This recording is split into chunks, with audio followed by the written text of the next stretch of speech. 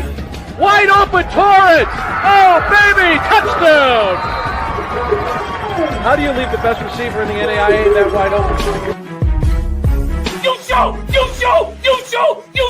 and that's what we do! Cat! You're proud of me? And it's caught! Oh my goodness! Troy Torrence comes down with it! Welcome all to Bankroll Blitz right here on Pub Sports Radio. I'm joined alongside, as always, by my co-star here, leading by example, bouncing back beautifully this week, 16-9 plus 6.77 units. Back just a taint hair under 60 units. ROI back up. Now up over 16.08%. That is on 370 bets, Troy. You are back in business, my friend. How are you? I'm doing pretty damn good. I'm a little bit under the weather today, so work with me just a little bit, but I got all these games capped. So many good spots to talk about, and I can't wait to recap last week's action because just like always, the roller coaster persists. It certainly does. It certainly does. The Vikings were just a monster score for you. Jimmy, just for me, it was just a unit. Gift, the cash cow market, man. Oh my goodness gracious! Isn't it incredible? It's the ones that are very clean. Like it's hard to interpret some of them. Like some of them recently. Like I remember the Saints were in one, but you could argue if they were in one, like it was kind of in between. This one was clear cut. Yeah. And it made sense. And when you could put the matchup behind it, you could get a confident bet down on a money line plus 220 in a market that's paying out plus 200s on the money line over 50%. It's insane. It's insane. I realize now it's actually 2 units because I was fortunate that Brandon Aubrey missed a couple field goals. I cashed the Cowboys team total under at 27.5. That was fucking beautiful. We gifted them 7 points, and then they flipped the ball over their head, the field goal on the first drive. Oh, there should be. At that point, I was about to break. Probably didn't deserve it, but the sun does shine at times. Thank you guys for joining us. The difficulty, the stress that's involved with all of this, in 4 hours, I'm going to feel good. But today's just been very, very stressful trying to be properly prepared for this giant show. And giant show because there's so much on the line here. It's week 16. We have 2 more regular season weeks that we know we want to attack with full vigor. Week 18 is always tricky, and I have about 7 or 8 years ago I went 0-8 on week 18, and I've never gotten over it. I was like I went into a depression, and then the depression, of course, as the roller coaster ride, as capping, as you guys know, then I swept wild card week. But the 7 days from week 18 to were some of the worst days I've ever felt as a capper, just squandering that much money on week 18. We'll get to week 18 in a couple weeks. Thank you guys for joining us. Old E, Dougie Wise, Wine Time Sports, Dizzy, Donut. Great to see all of you guys. Man, Bear, Pig, Luca, He, No, Ball, Slatsy, Aaron Gaza, Ziggy, Balls, Luke Burrow in the house. Luke Burrow, our leader in the $1,000 Harboracres Cottages Perfect Week bonus. Vincent Hawkins, Chill Will, Jared TG, Victor Reznov. Great to see all of you guys. Wager Detective in the house. Thank you guys for joining us. Well, let's get right to work. Let's talk about the week that was. As being quite too often, I opened up 0-2 after Thursday's game. So then I went 11-7 the rest of the week. So I finished 11-9 plus 1.2 units. I lost those unders in Atlanta, Tampa Bay. First half and full game. I cashed Cleveland, Chicago, first half under, full game under, and the Bears double result. Lost badly with the Bengals plus 2.5. Bet that early. I was an embarrassment. And to add to the embarrassment, I was waiting all week for that 51 total to go up.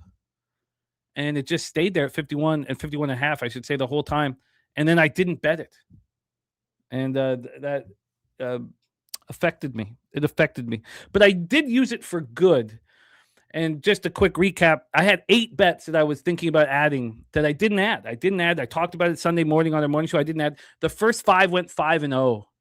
And I'm old enough now to know not to bet the last 3. I would have. What a bet move. What a bet move, man. But 10 years ago. Right?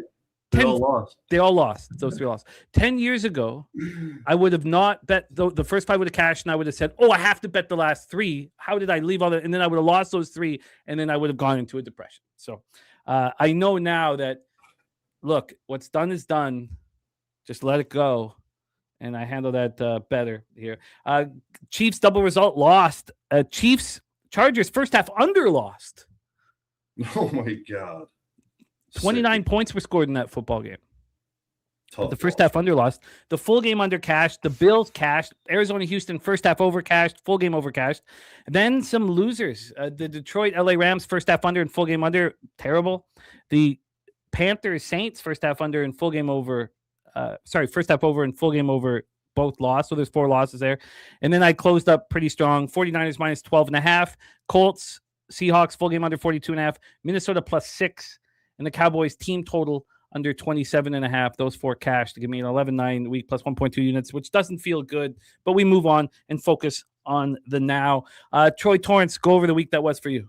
Yeah, I'll be pretty quick with it. So basically, my week came down to four teams: the Falcons, the Bills, the Packers, and the Vikings.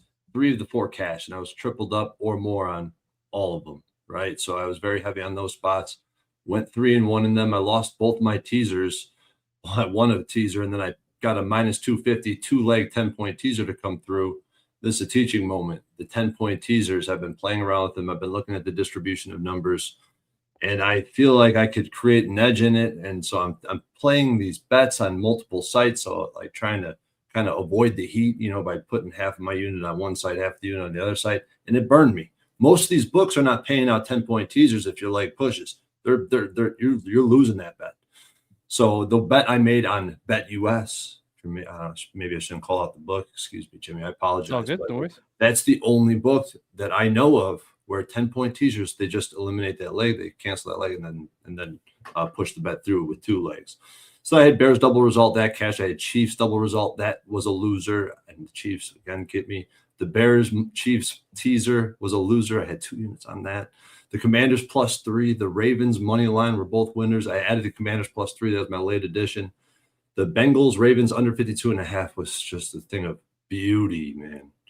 I wish I had capitalized on that more, but there's a spot just like that this week that I plan on capitalizing on. The Packers was an atrocious just display, but Bo Nix might have flipped me. We'll talk about that later. All 3 of my props this week lost that I went official with. Because I did add 3 props personally. I didn't want to play them officially because I was putting 0.33 units on each. I didn't want them to reflect in my record because I bet all 3 tight ends for the Steelers, and all 3 went over their props. So I ended up coming up with a unit that wasn't official, but then the Vikings just cashed me out, the plus 220 on the money line, the plus 6, the first half. So good week, but I expect it's just about going 1-0 now. Well, let's do exactly that. Thank you guys all for joining us. Great to see everybody here, ready to rock. Gerald Jones, Steve G, Jared T G, Markel, Swish. Thank you guys for joining us. Agent Parlay, Donut Silks. Thank you guys for rocking with us. Anybody who wants to copy and paste the schedule, it's in our video description. You can just copy and paste the games over to a worksheet. But however you guys want to get to work, let's do that right now. We start Thursday, December 18th, 8:15 p.m. Eastern with the LA Rams, 11-3, 5-2 on the road at the Seattle Seahawks, 11-3, 5-2 at home at Lumen Field in Seattle, Washington. This game's an absolute beauty. 50 Fahrenheit, light rain, 15 mile per hour winds at this point. So it is windy. That changes day by day. So we'll keep an eye on the weather report. Dealing with the pick'em right now. This line's been all over the place. The look ahead was a pick'em. While it was a pick'em, this moved to -1.5 and then back to 1 for the Seahawks. Seahawks were the favorites. Reemerged in a similar situation. Reemerged as a pick'em. The line started moving towards the Seahawks. Seahawks went to -1, -115, and then it flipped. Then Rams money came in.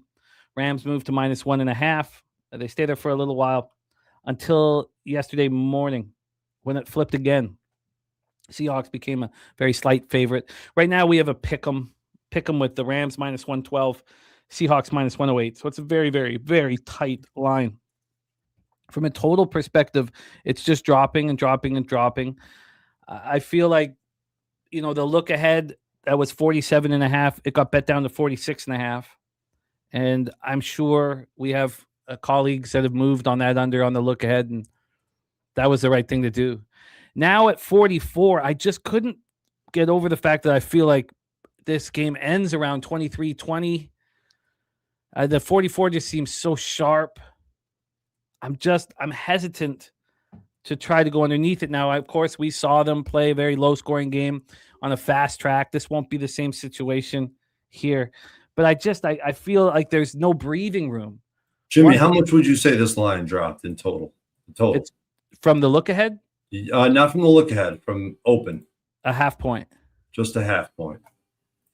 Yeah. Look ahead lines. Jesus. A look ahead line that's dropped 3.5 points here. Right. Yes. Luca, we can explain the noise canceled score. Absolutely, we can. Let me just stay with this here for a second, and because we're going to talk about noise canceled scores throughout for every game here. At this point, we have 59% of tickets and 68% of cash on the Rams, 52% of tickets on the over, and 56% of cash on the over. So let's get into this, but let's discuss the noise canceled scores as well. We talked about it last night too, because people were asking questions about it as we use it so clearly. I guess in one sentence, you would write, it separates the signal from the noise to show how two teams truly played.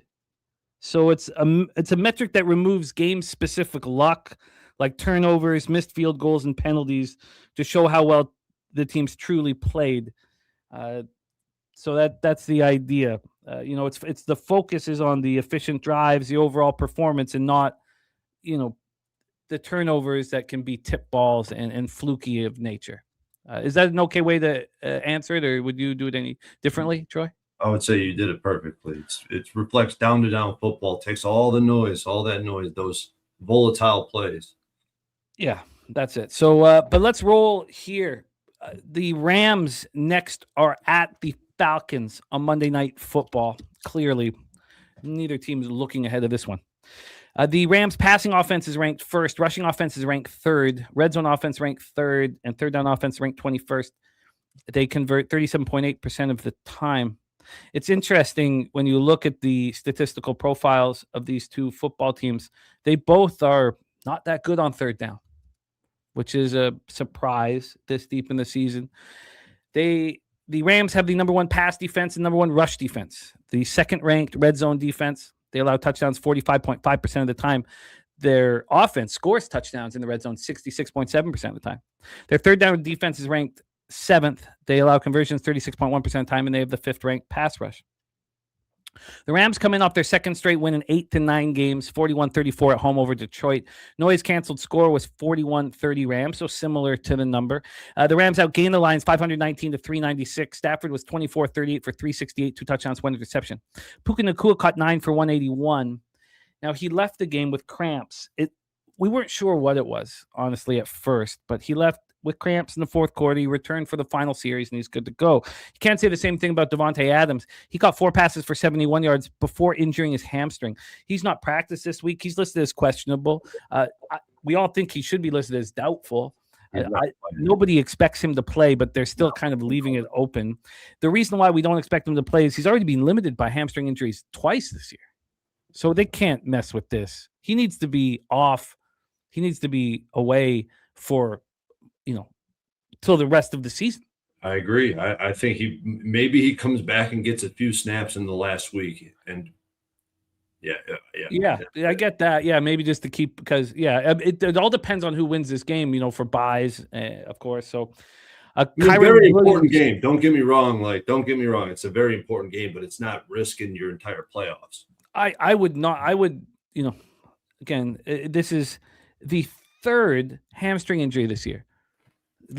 Keep him off for a month. Kyron Williams ran 15 times for 78 yards, 2 touchdowns. Blake Corum ran 11 times for 71 yards and a touchdown. The Blake Corum stepping up has really added just another weapon to this incredible offense. This offense put up 7.5 yards per play. The Rams were just 2 of 9 on third down, but they were perfect 3 for 3 on fourth down. This red zone offense that's so incredible went 4 of 6. The defense held the Lions to 5-14 on third down, but allowed them to go 3 of 4 in the red zone.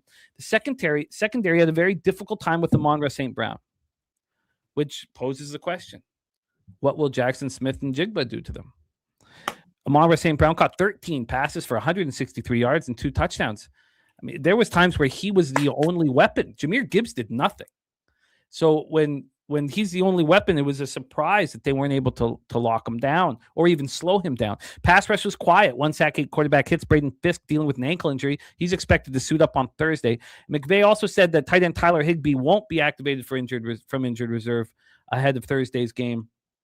Let's talk about the Seahawks. They're at the Panthers next. Their passing offense ranked 5th, rushing offense 2nd, red zone offense 17th, 57.5%, and their third down offense 19th. They convert 38% of the time. So not that strong of a red zone offense, not that strong of a third down offense, but strong everywhere else. Pass defense ranked 2nd, rush defense 7th. Their red zone defense is ranked 5th. They allow touchdowns 51.2% of the time. This is the second best third down defense in the NFL. They only allow conversions 33% of the time. Pass rush ranked 10th. The Seahawks come in off their 4th straight win and 8th in 9 games and an underwhelming 18-16 victory at home over the Colts, who had 44-year-old Philip Rivers at quarterback coming out of retirement. Noise canceled score was 17-12 Seahawks. Seahawks won despite not scoring a touchdown. I mean, they were just looking ahead. You know, they took Philip Rivers too lightly. They took the Colts too lightly, and it almost cost them. But it didn't. The Seahawks have won their previous 2 games by a combined score of 63-9. This was much more difficult. Jason Myers kicked a franchise record 6 field goals. He's converted 24 of his last 25 field goals. His only miss this year was a 61-yarder on November 16th. He leads the NFL with a career best 154 points.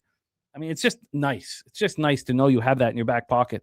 Darnold was 22 of 36 for 271, no touchdowns, no picks. Smith and Najigba caught 7 for 113 yards. Rashid Shaheed caught 5 for 74, but the ground game struggled all day. Zach Charbonnet and Kenneth Walker combined for 17 carries for 48 yards. The offense struggled all day. 2 of 13 on third down, 0 of 2 in the red zone.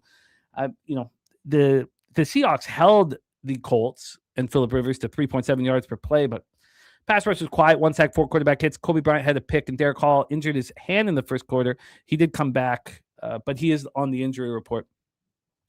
So I'll tell you, Troy, I feel like this total is very sharp. I could still move on it. I'm starting to become really hesitant at doing it. But, I mean, if you look at the Chiefs total, did it hurt us that we didn't get the look ahead at 45.5? No, not in that instance. But it will hurt us in the long run when we're taking these totals. We knew this was going to be a very, very contentious football game. We could have easily taken the look ahead under. That doesn't mean that we don't bet the under here. And I believe that the fact that the Rams won the first game, the fact that this is in Seattle, the Rams are rolling, the Seattle Seahawks obviously overlooked their opponent, that getting the Seahawks at a pick 'em in this spot. Now, I've got futures here, a lot of futures on the Rams. I want the Seattle Seahawks here in this football game. I just think if this game is played 100 times here at Lumen Field without Devontae Adams for the Rams, Seahawks coming off of a poor game, the Rams just dominating, the Rams winning the first one, I think I'll hit over 56% of the time. I think the Seattle Seahawks will win this game with these rosters over 56% of the time. And I want to bet them. Wow. But I haven't done it yet. And I wanted to hear everybody's thoughts. Troy Torrence, take it away. Now, this is not me saying that the Seahawks are a better football team than the Rams. I don't believe that's the case. But here in Seattle, in Week 16, with the Rams not having Devontae Adams, and we've seen what he's done in the red zone. He's absolutely spectacular. I want the Seahawks, but I haven't moved on it yet. Take it away for us here, Troy. Our Thursday nighter, Rams Seahawks, Lumen Field, Seattle, Washington. Yeah, I got a lot to say about this game. I'm definitely going to be on the opposite side of you, as I can only talk you off the Seahawks, not onto the Seahawks, but I will help give you some color on the total. Totals that move to the under in division and land on 44. Now, because right now we're right on 44, and I just want to talk about this because this is how important some key numbers are. Totals that move under in a divisional game and land on 44 are undefeated to the over. Undefeated. But if it moves to the under and lands below the 44 at 43 or 43.5, 13-6, 70% to the under. And so we think it will. We are very, very confident that this closes at 43.5, 43, possibly 42.5 because of the high winds and the light rain. the high winds and the light rain, and that's yes, I do think it closes down below that, and then also doesn't that. Well, I'll get to that. I guess I'll start with this market. So yes, I believe that this market is going to end up saying that the under is the way to play this. Now, overall, generally speaking, this market, and I have so many damn bullet points here about this market because this is what makes it so hard to handicap the slate on Tuesday, the entire slate, because you come across a market like this late in the season, and like I don't know about you, I know Jim, you're probably like this, but I don't know about most people. I find myself in the deepest of rabbit holes, trying to leave no stone unturned as it relates to the market because I really want to really understand the market like intimately, and so that's where I spent so much of my time. So I kicked off the slate in this rabbit hole of the market. But I will say that as long as we close in between the twos, I will have absolutely no fear. I actually don't think that there's a possibility that this gets into a range, especially given how I'm seeing the cash flow come in. I'm doubting that this gets into a range where we're looking at the Rams at anything over plus 100. So I think we're going to close in a good market. I actually think the Rams are going to close as favorites, and I think that's pretty strong given the history of these two teams. The last game, think about last game, how that game was opened and closed. The line had moved towards the Rams pretty significantly. It opened 2.5, closed, whatever it was, 3.5. Now we're looking at the opposite. They go on the road, and now they're they open as 1.5 point favorites. Now it's looking like it's going to flip, but the history of that has not been bad. Actually, it's been favorable the later in the season you get. Now, a lot of that samples between two bad teams, not two elite teams, but the only two instances where there was two elite teams in this type of market, the road team got the cash both times, and they got it convincingly. Both games went under by over 10 points. The Seahawks, I can't believe I left money on the table with the Colts last week with all the narratives, with how big these numbers have been getting. But as you know, I've been wanting to fade this Seahawks team week after week, in recent history, because the Seahawks offense, if you heard my cap over the last few weeks, they've been regressing significantly offensively. It's because I think, people are starting to understand how to stop Sam Darnold. You want to confuse him. You want to have late rotations. You want to blitz him. You want to get him off his mark. And I think that's starting to show through. Against the Colts, they only posted a 42% success rate. Now, the defense had a great game, 36.5% success rate. I talk about success rate because it's a good – now, the problem is the fourth quarter and garbage time, and that's where you really have to dive into it to understand what's going on. But I think these are very credible. The Falcons, they only put up a 44% success rate. The Vikings, 39%. They did well versus the Titans, but who doesn't? 49%. Never getting into the 50s recently. And I just find it hard to believe that in these conditions, Sam Darnold, with the rushing offense that he has, is going to find more success than the vice versa. Because if you look at what the Rams have been able to do, not only on the ground, because they've been dominating on the ground. They have the number one ranked run block offense. Obviously, they running the game is part of their DNA. And now they have two backs in the backfield that can carry the ball behind a great offensive line that's creating holes. The offense, like versus the Lions, 62% success rate. Versus the Cardinals, 59%. Versus the Panthers, 62%. I mean, the Seahawks haven't sniffed those for 3 months now, 2.5 months. And, obviously the defense that you get with the Rams, I think last week, why we've seen St. Brown and some of the receivers absolutely pop off is because they came out and said one thing: we're not going to let Gibbs beat us. And that's the best way to approach the Lions. And obviously you have Jameson. Stephen Harrison called it out in chat. You also have J-Mo on the other side, who's a burner and it draws attention. He's a very talented wide receiver. And you look at Sam Darnold, the first 10 weeks, he had a PFF grade of 93, 116 pass rating, 9.6 yards per attempt, 21 big-time throws, only 5 turnover-worthy plays. That has completely flipped on its head. His PFF grade the last 5 weeks, 52, pass rating, 81, 7.2 yards per attempt. That's down 2.5 yards. 4 big-time throws to 10 turnover-worthy plays. Sam Darnold's proven to struggle versus 2 high safeties, light boxes, and the blitz. Now, the best thing about this matchup, in my opinion, is the Rams don't need to blitz. They can get the same effect by rushing 4 as a blitz would do for a lot of other teams. The last time the Rams played the Seahawks, only a 20% blitz rate. They played cover 6 with quarters to the strength most of the game, and that caused a ton of problems, a ton of confusion, because you never know if that backside is going to be locking up man-to-man. They're going to be playing cover 2, if they're going to be able to blitz off that. There's so many ways you could snowball off that. I feel like the Sam Darnold is going to struggle with that, especially in the rain, especially when the Seahawks offense has not been dominant on the ground. They've not been creating lanes for the running backs to run through like the Rams have. When you got rain and wind, what type of offense do we want to be buying? I mean, all 5 of the Rams offensive linemen are in top 10 in their position, and they come out and they play 13 personnel, 12 personnel at the highest rates in the NFL. They're used to this. They want to body up and get out there with 3 tight ends, run the football, play action, attack the flats. But that's not going to be, that's an easier path for the Rams offense than the Seahawks defense. I only have the Rams for 1 unit, but I am pretty confident in it, and I'm thinking about adding. Yeah, I think the Rams are a better football team. Obviously, I know you do. I just really think that at a pick'em in Seattle,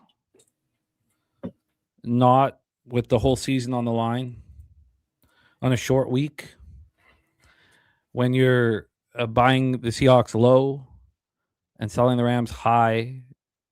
Buying the Seahawks low. No way, bro. Oh, yeah. 8 out of the last 9 wins. But is that what everybody's thinking about? Yes. No. Yes. They're like, I've been. They both have 8 of the last 9 wins. long. I mean, they both have won 8 of their last 9. So you think you're buying the Seahawks higher than you're buying the Rams right now? No. I'm saying it's a buy high situation. After Seattle almost lost to 44-year-old Phillip Rivers, you really think it's a buy high on the Seahawks?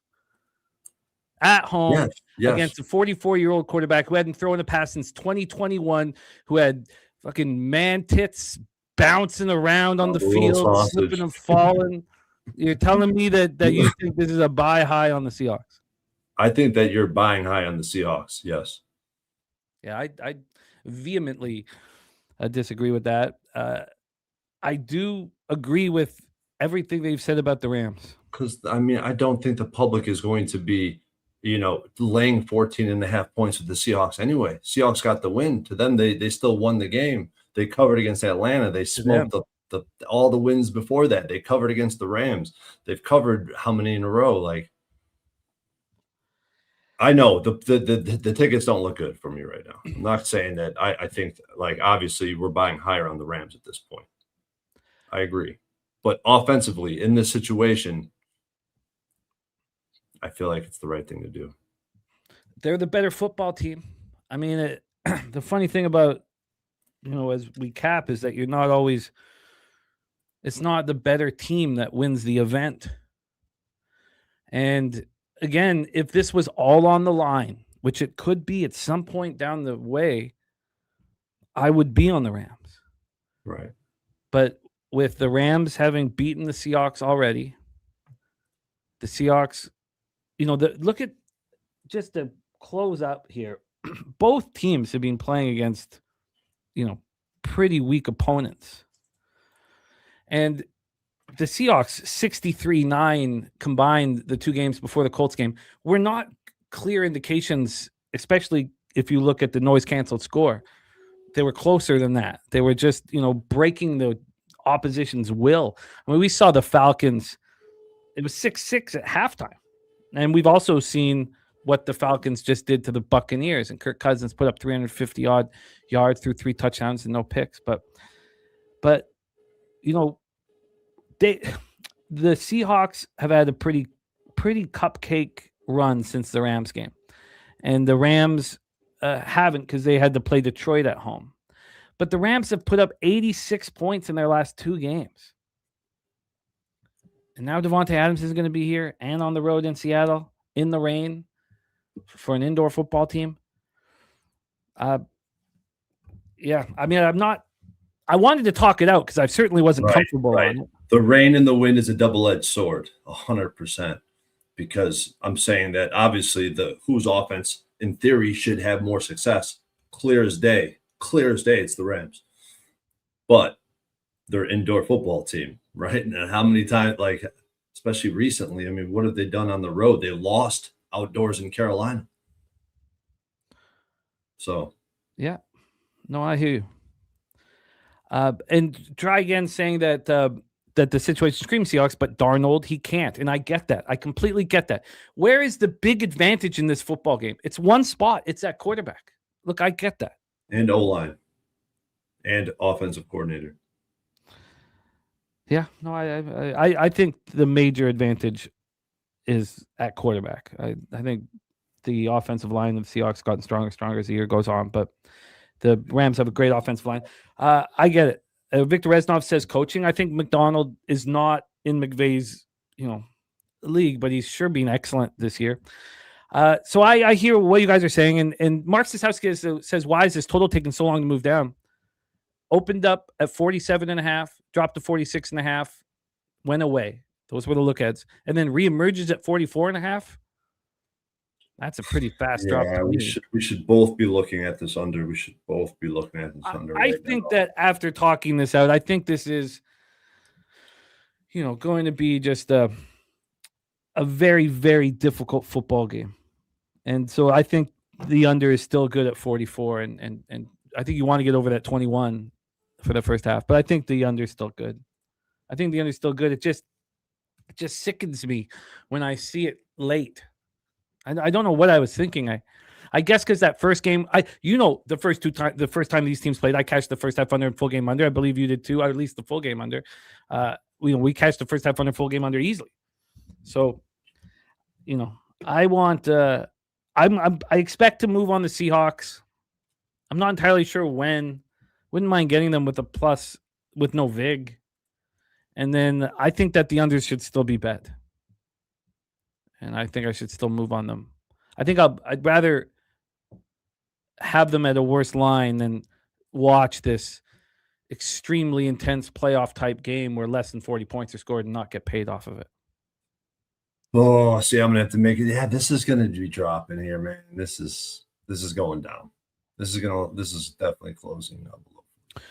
Try again, please. Says remember last year the trend. Sorry, just quickly. Last year, the trend and fade teams after they play the Lions is still a thing. It's not quite, but not this year, but it is a part of it. Sorry, what were you saying, Troy? Mama? I'm moving on the 44.5 if I can get a decent vig on it, which minus 115. Yeah, minus 115, 44.5.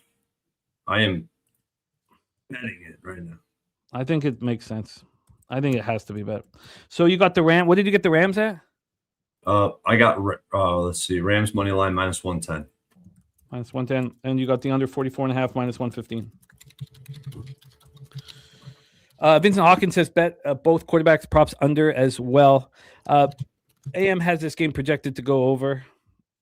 I was hesitant at first, but I think the more I talk about it, the more I want it here.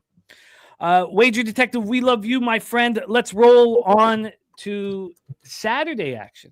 Saturday action now for the next couple weeks. Let's roll. Saturday, December 20th is our next spot on the board. What have I? Oh, no, sorry. That's it. Okay. Let's roll. 5 p.m. Eastern. On Saturday, we have the Philadelphia Eagles, 9-5, 4-3 on the road at the Washington Commanders, 4-10, 2-4 at home, Northwest Stadium in Landover, Maryland. Let's get into the line history here for this one. We have a total at 44.5, juice to the under. The look ahead was 45, reemerged at 45. It's dropped a half point since then. It did drop a full point down to 44 before getting back up to 44.5. On the spread, we have Philadelphia minus 6.5 and minus 110. Opened up at 5.5, or the look ahead was 5.5, reemerged to 5.5. Now we've moved 1 point towards the Philadelphia Eagles. Both teams looked good last week, so not exactly selling any team low at this point. Try again, please. Says this Commanders team is my kryptonite. It's a tricky cap. It's a tricky cap with them. Dougie Wise says commies or nothing. Ziggy Ball's leaning towards the Eagles. San Francisco 49 are also on the Manders. Let's roll. 43 Fahrenheit, mostly cloudy, 11 mile per hour winds. We just did the line history. We haven't talked about the cash flow. Cash flow has 89% of the tickets and 88% of cash on the Philadelphia Eagles. 64% of the tickets on the over, 52% of cash on the under. Luke Burrow is on the over 44. Start with the Eagles. Passing offense ranked 7th. It's hard to believe with everything they've been through this year. A.J. Brown whining, all the question marks around Jalen Hurts. and they have a 7th ranked passing offense.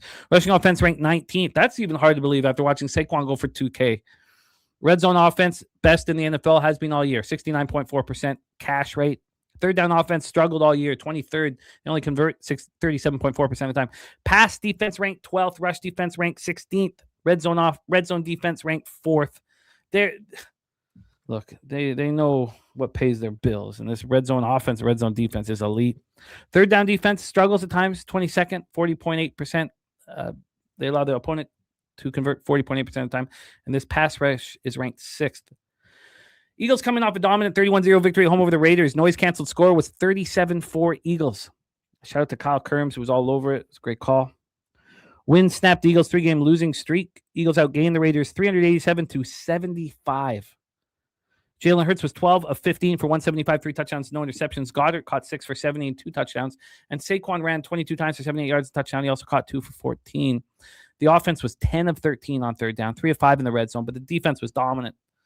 First shutout for the Birds since December 30th, 2018. Held the Raiders to 1.8 yards per play. The Raiders only got 7 first downs all game long. Pass rush finished with 4 sacks, 9 quarterback hits. Zach Bond had a pick. Brandon Ingram had his first 2 sacks with the Eagles since he ended his short retirement. 37 years old, 255 days, the oldest player in Eagles history with a sack, passing Richard Dent in 1997. Lane Johnson and defensive tackle Jalen Carter were inactive, and they're listed as questionable this week. And we need to keep our ears, to the streets as to what's going on. But at this point, the expectation is that they don't need to rush him back. No need to rush him back. Why rush him back here? But they also need to win this football game, and it's tricky to win on the road. So I've heard 2 sides of it. I've heard, don't rush him back, don't rush him back. And another side going, no, we have to win here right now by any means necessary. We're on the road in division. We have to win. Let's talk about the Eagles are at the Bills next week. I hope I said that. Eagles are at the Bills next week. Let's talk about the Commanders. They host the Cowboys on Christmas, Thursday night. So they have a short week ahead of them. Passing offense ranked 12th, rushing offense 17th, red zone offense 3rd, third down offense 18th. Their pass defense is the 3rd worst in the National Football League, and the rush defense ranked 23rd. Red zone defense weak 28th. They allow touchdowns 64.8% of the time. Third down defense 23rd, allowing conversions 41.2% of the time. Their pass rush ranked 22nd. Commanders come in off a 29-21 victory at the Giants. Noise canceled score was 26-21 Giants. That's the biggest difference from a real score that we've had this week. With Jaden Daniels shut down for the season, it's Mariota under center for the rest of the year. He was 10-19 for 211 and a touchdown, no picks. He also ran 10 times for 43 yards. He also fumbled twice, as he often does. He was lucky to only lose one of them. Terry McLaurin led receivers with 3 catches for 69 yards and a touchdown. Ja'Cory Krosky-Merritt ran 18 times for 96 yards. Commanders were just 3 of 11 on third down, 1 of 1 in the red zone. The defense was strong. Held the Giants at 2 of 12 on third down, but did allow them to go 3 of 4 in the red zone. Pass rush finished with 1 sack, 8 quarterback hits. Sainer still had a pick that he returned 55 yards. Jalen Lane returned a punt 63 yards to the house. And Noah Brown, so he was initially listed as questionable with a back injury. That was changed to a rib injury, and now he's on IR and done for the year. So Noah Brown gone. Laramie Tunsil, important left tackle. He was dealing with a back injury, then an oblique injury. So he's listed as questionable. We got to find out what's up with him. He's important. Defensive tackle Eddie Goldman is in concussion protocol. Those 2 are both listed as questionable. They're not listed as out. Take it away for us here, Troy Torrence, Eagles, Commanders. So I was on the Commanders. I feel like I've been on or against the Commanders pretty frequently all season long. I've had a really good beat on them. We knew coming out the gates that this team was overpriced in the market, and they were seen optically from the public as a very good, competitive Super Bowl caliber team, and we knew that was not the case. And just looking at last year's numbers, we knew we'd see massive regression. It hit them like a train, and we backed them against Denver at home in prime time. We cashed it comfortably. We faded them for 3 units against Minnesota. They cashed, and Minnesota beat them 31-0. And then we backed them in New York last week. We cashed with an outright win. Now, the noise cancel score to suggest something different, but that would make a ton of sense to me after the Commanders coming off a 31-0 blowout loss. So that's kind of, the human psychology, right? It's so crazy. You fade them and lose. Next week you buy them and you lose. The next week you fade them and you lose. Rinse and repeat. You see the cycle happening with teams like the Commanders. Teams like the Steelers are another one that I can't wait to talk about later in the show. That might be one of my favorite spots of the week. The Commanders are a team that's clearly in better shape now, recently, than they've been all season. They have Mariota at quarterback. He's been far better than Daniels, who's in a sophomore slump. I'm on the over in this game, so I definitely want Mariota at quarterback. And the offense runs much faster, much more efficiently, much cleaner. And Dan Quinn, he's calling plays, clearly has more wrinkles than his predecessor. You know, he's taken over the play calling duties, and you could see he's actively trying to do things to change the trajectory. He's doing that with marginal success, but they've been finding success. They've been finding success over the past 4 weeks offensively. So I like that from that angle, because I think if anywhere this Eagles team is weak, it's going to be on the interior offensive line. I guess you would argue. I mean, you know, you look at the Bears game, they got ran around the edge, but that's not really where teams have a lot of success against this team. It's really running gap scheme right in their face. And I think that the Commanders have the ability to have some success. And the team, like this Eagles team on the other side, are a team that I feel like people are going to be sleeping on come playoff time. They posted a 57% success rate, only allowed 21% on defense. Like, this offense just needs to hit its strides. I've talked so much shit about this offensive coordinator, and I think things have slowly started to change. We've seen more motion. We've seen more play action recently. So my begs and calls, like, it gives me some hope in this offense moving forward. But this is the type of game where I think we see points. Like, you have an extremely favorable market environment that I haven't even touched on yet. But, I mean, generally speaking, in this spread range between 6 and 8 in division, the road team is covering around 50%, a little bit over 50%. They win at a 90% plus clip, and the game goes over. I mean, I have a 13-4 sample, a 21-7 sample. I have massive samples to the over in this spot. So I am on the over. I think there's a history of points being scored in this series. A Commanders team that's proven that they can score points against quality defenses like they did against the Broncos. And Eagles offense that needs to get right. Kind of like the Texans after struggling for 90% of the season. And I feel like it's a perfect defense to expose in Washington, who allows, you know, high rates of success on the ground and through the air. They want to play some man covers. They want to play cover 3. And that's a good spot for Jalen Hurts in this offense. Mm-hmm. So I bet the over 44, -110. Yeah, I agree with all this. You know, the weather's nice. 43 Fahrenheit, 11 mile per hour winds. You know, obviously that can change. The look ahead is an interesting situation for both teams. You know, the Eagles with the Bills on deck, Commanders with a Christmas Day spot where they host the Cowboys. It feels like there could be less intensity than one would think. I think your action makes sense. Are you staying away from a side? I do have the Eagles in a teaser I'll talk about in the next game. Yeah. I think this makes sense here. I think that makes sense. Troy on the over 44 at -110. I'm going to spend some more time on it, but I think you're right. I think this nice, fair weather. You have a Eagles offense that is seemingly coming together. The cappers in the chat talking about the run game not being superlative. I mean, it's very legitimate, but the passing game is really starting to come together. And, you know, and I don't put too much into the shutout of the Raiders. So I'm interested in all of this. I think you're on the right track here. The 5.5, 6.5 towards Eagles is somewhat powerful, but it doesn't really interest me that much. And this, like Vincent's saying, this Commanders defense is very weak, very, very weak. I mean, the third worst pass defense in the NFL. They're poor at everything right now. So I like it. I'm interested. Let's roll on to our next spot on the board. Saturday night. This is a big one.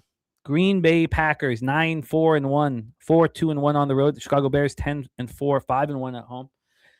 Of the team totals that I bet early in the year, they're looking very good. You know, obviously, I cashed the Commanders under 9.5 long ago, but I think the Packers is still in play. As soon as they got Micah, I took their under 10.5 wins because I just fade excitement. Now they have to win 2 of their last 3, which they're, could easily do, but I do think it's still in play. Luca asking if Watson out at 100% here. Yes, we expect Watson to be out. Yeah. But let's roll into this one here. We're Soldier Field, Chicago, Illinois, 35 Fahrenheit, partly cloudy, 11 mile per hour winds. Let's get into the line history here. Saturday night action. Here's another total that's gone up. The look ahead was 45.5. It reemerged at 46 and went up to 47. We're back at 46.5, but still being a half-point move towards the over, which surprises me. It really does. It surprises me. We've seen a move here towards the Bears. A lot of it maybe hanging on the Micah Parsons injury. The look ahead was a 3. It got up to 3.5, and then it reemerged at.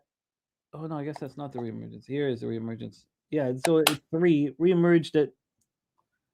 Here we go at a flat 3, then moved to 2.5, 2, 1.5, 1. So the Bears are 1-point dogs right now. So since the reemergence, we moved 2 points towards the Bears. From a total standpoint here, we talked about it going up to 46.5 from 46, did get up to 47 at one point. Cash flow, we have 80% of tickets and 74% of the cash on the Chicago Bears.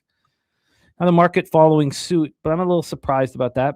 Green Bay, Chicago has 93% of tickets on the over and 89% of cash on the over. I'm very surprised at that. So we need to break this all down. The Packers host the Ravens next Saturday after this. So I do think it's possible that they only win 1 of their last 3 games.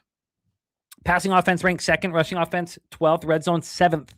And this is the best third down offense in the National Football League. They convert 50.3% of the time. Passing defense ranked 4th, rush defense 18th, red zone defense is ranked 24th.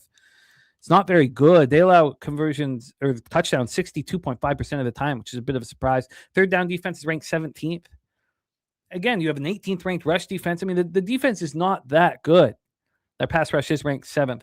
Packers coming off a tough 34-26 loss at Denver. Noise canceled score was 34-24 Broncos, and it was a costly loss as they lose star pass rusher Micah Parsons, and that is a torn ACL in his left knee. Jordan Love was 24 for 40 for 276, a touchdown and 2 picks. He also ran 3 times for 29 yards. Matthew Golden caught 3 for 55. Jaden Reed caught 5 for 55. Josh Jacobs ran 12 times for 73 yards and a touchdown. So they looked very good early. They scored on their first 5 drives. And then, what happened? What happened at that point? Do you say that the coaching over in Denver, that they're able to make adjustments and the Packers aren't? I mean, I don't know if it's definitely not that black and white, but something changed drastically. And Christian Watson came out of the game. Yeah. But this has always been a team that's had receivers coming in and out. They've been dealing with these young receivers and injuries throughout, but Watson is very talented. But I think it's adjustments by the Broncos, and I think the Packers were out coached here. So in their final 6 possessions, they got 1 field goal, 2 interceptions, 2 turnovers, and a punt. 2 turnovers on downs and a punt. Packers finished 7-16 in 3rd and 4th down, struggled in the red zone, going 1 of 4. The defense held the Broncos to 6 of 15 on 3rd and 4th down, but couldn't get stops in the red zone. The Broncos were a perfect 4 for 4 in the red zone. And we just talked about this red zone defense being ranked 24th in the NFL. It's a problem. The pass rush had 0 sacks and 3 quarterback hits. Zach Tom, the right tackle, is dealing with a knee injury now, and he's questionable. The Chicago Bears. He's a big piece. Say what, my man? He's a massive piece of the equation. Do you remember when he left? Yeah. What point in the game did he leave? It was late, and they all happened like in 2 or 3 possessions where it was Parsons. It was Watson, Tom, Parsons.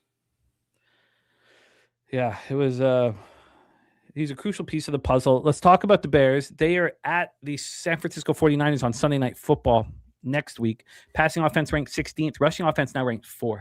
If you'd have told me that without bringing in anybody that with their roster, I would say, how is that possible? And you would have told me Ben Johnson. I would have still said it's not possible. With the roster, it's not possible, but it's 4th ranked rushing offense. Red zone offense ranked 15th, 59.2%. Third down offense ranked 5th. They convert 44% of the time. Very good. And their defense is very middling. Pass defense ranked 17th. Rush defense ranked 22nd. Red zone defense ranked 22nd. Third down defense ranked 13th. And their pass rush is ranked 26th. Bears coming off their 6th win in 7 games, a dominant 31-3 victory at home over Cleveland. Noise canceled score here was 27-7 Bears. Bears outgained the Browns 361-192. Caleb Williams was 17-28 for 242, 2 touchdowns, no picks. And he had completed less than 60% of his passes in each of his previous 6 games. So he was much better. Luther Burden caught 6 for 84. Now, he hurt his ankle during the game, and he's listed as questionable this week. That's important because Rome Odunze aggravated his foot injury in warmups. It's unclear how long he will be out, but he is not expected to play this week. So Burden, that's important. Now, DJ Moore, you have DJ Moore there. He caught 4 passes for 69 yards and 2 touchdowns. DeAndre Swift ran 18 times for 98 yards and 2 touchdowns, 6 of 15 on 3rd and 4th down, but 3 of 4 in the red zone. The defense completely shut the Browns down. Allowed them to put up 3.4 yards per play, held them to 4 of 15 on 3rd and 4th down, just 1 red zone opportunity, which they stopped. And the pass rush looked great against an injury-riddled Browns offensive line. I don't think we should put too much into it. 5 sacks, 15 quarterback hits. I mean, we talked about Pochich being out. In fact, when I was watching that game, I was like, I'm not making enough money here. 3 units was not enough money. This was such a gift, so easy. And they're rarely ever happen. And when they are, you have to take advantage of it. I sat there going 3 units is not enough. CJ Gardner Johnson, DeMarco Jackson, and Jalen Johnson all had interceptions. So this team leads the league in takeaways. It's just not changing. And here is the big ace in the hole for the Bears. Tremaine Edmonds is designated for return from IR. So Tremaine Edmonds, at this point, you'd have to think is going to be playing in this hugely important football game on Saturday. Take it away for us here, Troy. Packers, Bears. Wow, there's a lot to unpack in this game. This Bears offense, I mean, I've been really shining a light on this Bears team and the progression that they've had with Ben Johnson, with the offensive line, with Caleb Williams, with the entire offense, an offense that I feel like has never been seen, the well-oiled machine that it's becoming. I mean, after the only 2 underwhelming quarters of football we see from the Chicago Bears team in the past month is the first half in Green Bay. Now the Packers lose Parsons, who applied 8 pressures in their first matchup. And looking back at game 1, the Bears posted a better success rate on offense and defense than this Packers team. They had more drives in scoring range and into the red zone. Now they weren't able to capitalize, and that's a huge piece because we know LaFleur, Jordan Love, they score when they get into the red zone. Now the Packers, you think about how close that last game was and how the Bears were so close to taking them to overtime or potentially winning that game with a 2-point conversion. And now the Packers lose 3. I believe Tom is going to be out based on the injury that I've witnessed. But I think they lose 3 of their best players, the most important pieces, not named Jordan Love, who I think is absolutely elite. You've heard me talk so highly about him, 2 years in a row. You lose Micah Parsons on defense, who's been, I talk about how one man like Myles Garrett on the defensive line, like Zach Tom potentially, Will Campbell, when a left tackle, Joe Alt, just the list goes on and on. How about Thomas for the New York Giants when he's out of the lineup? What does that offensive line look like? What does a defensive line look like when you omit Parsons from the lineup? The pass rush is going to be significantly reduced. Watson on offense, critical to stretching the field vertically, opening up holes in the running game, and all the passing game underneath, mainly to the tight ends, who we know they're out of Kraft. So now you have no Kraft, no Watson. 2 of their biggest play guys are out of their offensive scheme. Tom might be out on the offensive line. I think the line movement is what's telling me Tom is going to be out of this game. And the Bears offense, they really did click in the second half. Here's the sequence, really. In the first half, they went 3 plays punt, 3 plays punt, 5 plays punt, 4 plays punt. In the last drive of the half, 14 plays field goal. Flip that over to the second half. What'd they do? 10 plays touchdown, 7 plays field goal, 17 plays touchdown, and an interception on 7 plays. A desperation throw on 4th down where if he just made the read a little bit earlier, he thought he had more time. He forgot he's playing against the Packers defense. It was an incredible play that was made against them. The design of the play was beautiful. It had worked to perfection. He ran it to the same side, to the other side of the field the week before, And I feel like they're in a great spot here. I mean, with significantly less pressure, I believe we're going to see more of the second half type of output than the first half. I think Ben Johnson, I've said it before, Ben Johnson, this offensive line, which has been elite this season, mainly because of Ben Johnson, and a quarterback with probably the highest ceiling in the NFL. That's how I see this Bears offense. And the Bears defense is starting to come around. It's hard to trust them at this point. I mean, their data points are all over the board with how efficient and how good they've been. They're getting healthier. You know, Johnson, Edwards, Edmonds, Brisker's in the lineup for multiple games now. Byard. Young players like DeMarco Johnson. I think he had the best PFF grade in the entire NFL last week. His ability to play great coverage from the second level has been awesome. Dennis Allen, I feel like he's all over the board. He's mixing things up. You never know. It's hard to read. That's the truth of it. Are they playing man? Are they playing zone? They're zone blitzing way more than they were early in the season. And they're forcing turnovers, but they're not forcing fumbles. They're not getting, lucky punch-out fumbles or just fluke fumbles, right? They're forcing turnovers. They're intercepting passes. They're making plays on the ball. And it's hard to quantify how real it is. But when I see Nashawn Wright go up and pick off a 50-50 ball multiple times, at some point, it's not luck. And it's interceptions being created. It's not fumbles. But there's a fine line there. And the Packers offense on the other side is going to be much easier to defend. Like I said, no Tom. They're missing two of their best offensive weapons right now. I feel like they lost a lot. And if you look at Ben Johnson, I feel like he's going to pull out all the stops to try to get this win and take over this division. I mean, after all that's happened between these organizations, like the history of the Packers dominating the Bears over the past 30, 40 years, it's evident. It's in the locker room. It's in Hallis Hall. And the animosity between LaFleur and Johnson. This is the Super Bowl for the Chicago Bears. If they win this game, if they win the division, it was easily a successful season. Easily. I feel like this is the biggest game the Bears will play all season. Ben Johnson is one of the best coaches in the NFL, be it schematically or emotionally. We see him in the locker room interacting with the players. He is one of the best offensive rosters in the NFL. And now both sides of the ball are showing constant growth week over week. The Packers have been significantly worse on the road this season. And they not only took a loss on the road last week, their roster was devastated. I'm on the Bears money line, posted it at plus 105. I got the Bears plus 7.5, Eagles teaser down at minus 120. So I got Eagles minus a half, Bears plus 7.5, minus 120. And I got the Bears money line. Eagles minus a half, Bears plus 7.5, Bears money line. What's funny, Jimmy? At first in the season, I'm from Chicago. I'm a Cubs fan. I'm not a Bears fan. My dad will be the first to tell you that. My dad, a massive Bears fan. Everybody around me, a massive Bears fan. But it took me so long to get around to this team. If you remember how I talked shit, I haven't talked about nail polish in like 6 weeks. It says a lot because, the first 6-7 weeks of the season, I just was not giving them the light of day, right? But as you've seen the progression, like I had to say that they're being consistent with their offense. So at this point, I'm in. As you should be. It's just, I find it extremely difficult to back them, and I can get over it, but to back them after demolishing a minor league football team. And the Packers storyline that you hear from everybody, Micah Parsons gone for the year. Packers are done. Going up against just the idea of buying the Bears this high, the public all over them, and the optics of the Packers losing their best player and being done. It's just very difficult for me. I mean, yes, I agree with every single thing you said, and this means so much to the Bears, and I should get over it. But it's a pretty difficult thing for me to do, and I think I can get over it.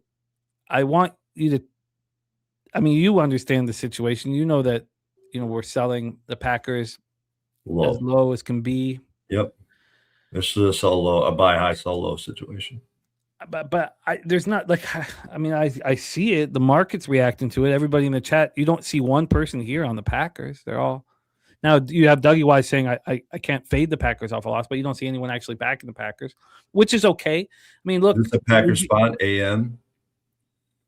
That's Oh, it. really? Is that really it? Is that yeah, might be it? AM, that's it. And then why the hell is this total so high? How does that make any sense from what we're going to see in a divisional football game? It's so high, and it's not coming down anytime soon. Why do you think it's so high? And you've made it clear. You don't need to explain why you're buying the Bears high and selling the Packers low, because everything you said I agree with and is completely legitimate. And I also think we're seeing the market have much more respect. The Bears were 7 points on the road. They lose, they don't cover, and now they're at home. Pick them. Bears favorite. Yeah. No, I hear that. Why do you think this total is so high? Oh, man. Because I think Jordan Love is going to have time in the pocket still. I mean, even with Tom out, that might reduce the time, but this Bears pass rush has not been anything great. I think the Bears will have success in stopping the run, especially with Tom out. So I think that if you're going to force Jordan Love to throw the ball, you're going to get a lot more volatility, a lot more big plays, potential turnovers. And on the vice versa, I feel like the loss of we don't know what the defense is going to look like because they can't just rush four anymore. I mean, if I pulled up their interior and edge defenders and I clicked down to pass rush, Parsons was the second best graded defensive lineman in football. And if you watched him play, people were complaining about not getting sacks and stuff like that. It was completely ridiculous because he was massive, having massive amounts of impacts, and the scheme had to change just for him. Without him, I don't, Devontae Wyatt, I guess, Rashawn Gary, he's not a good pass rusher. He's good. He plays good run D. I feel like it's a massive hole, a massive part of their defense that is missing, and it's going to change the way they have to operate. So there's a lot of unknowns.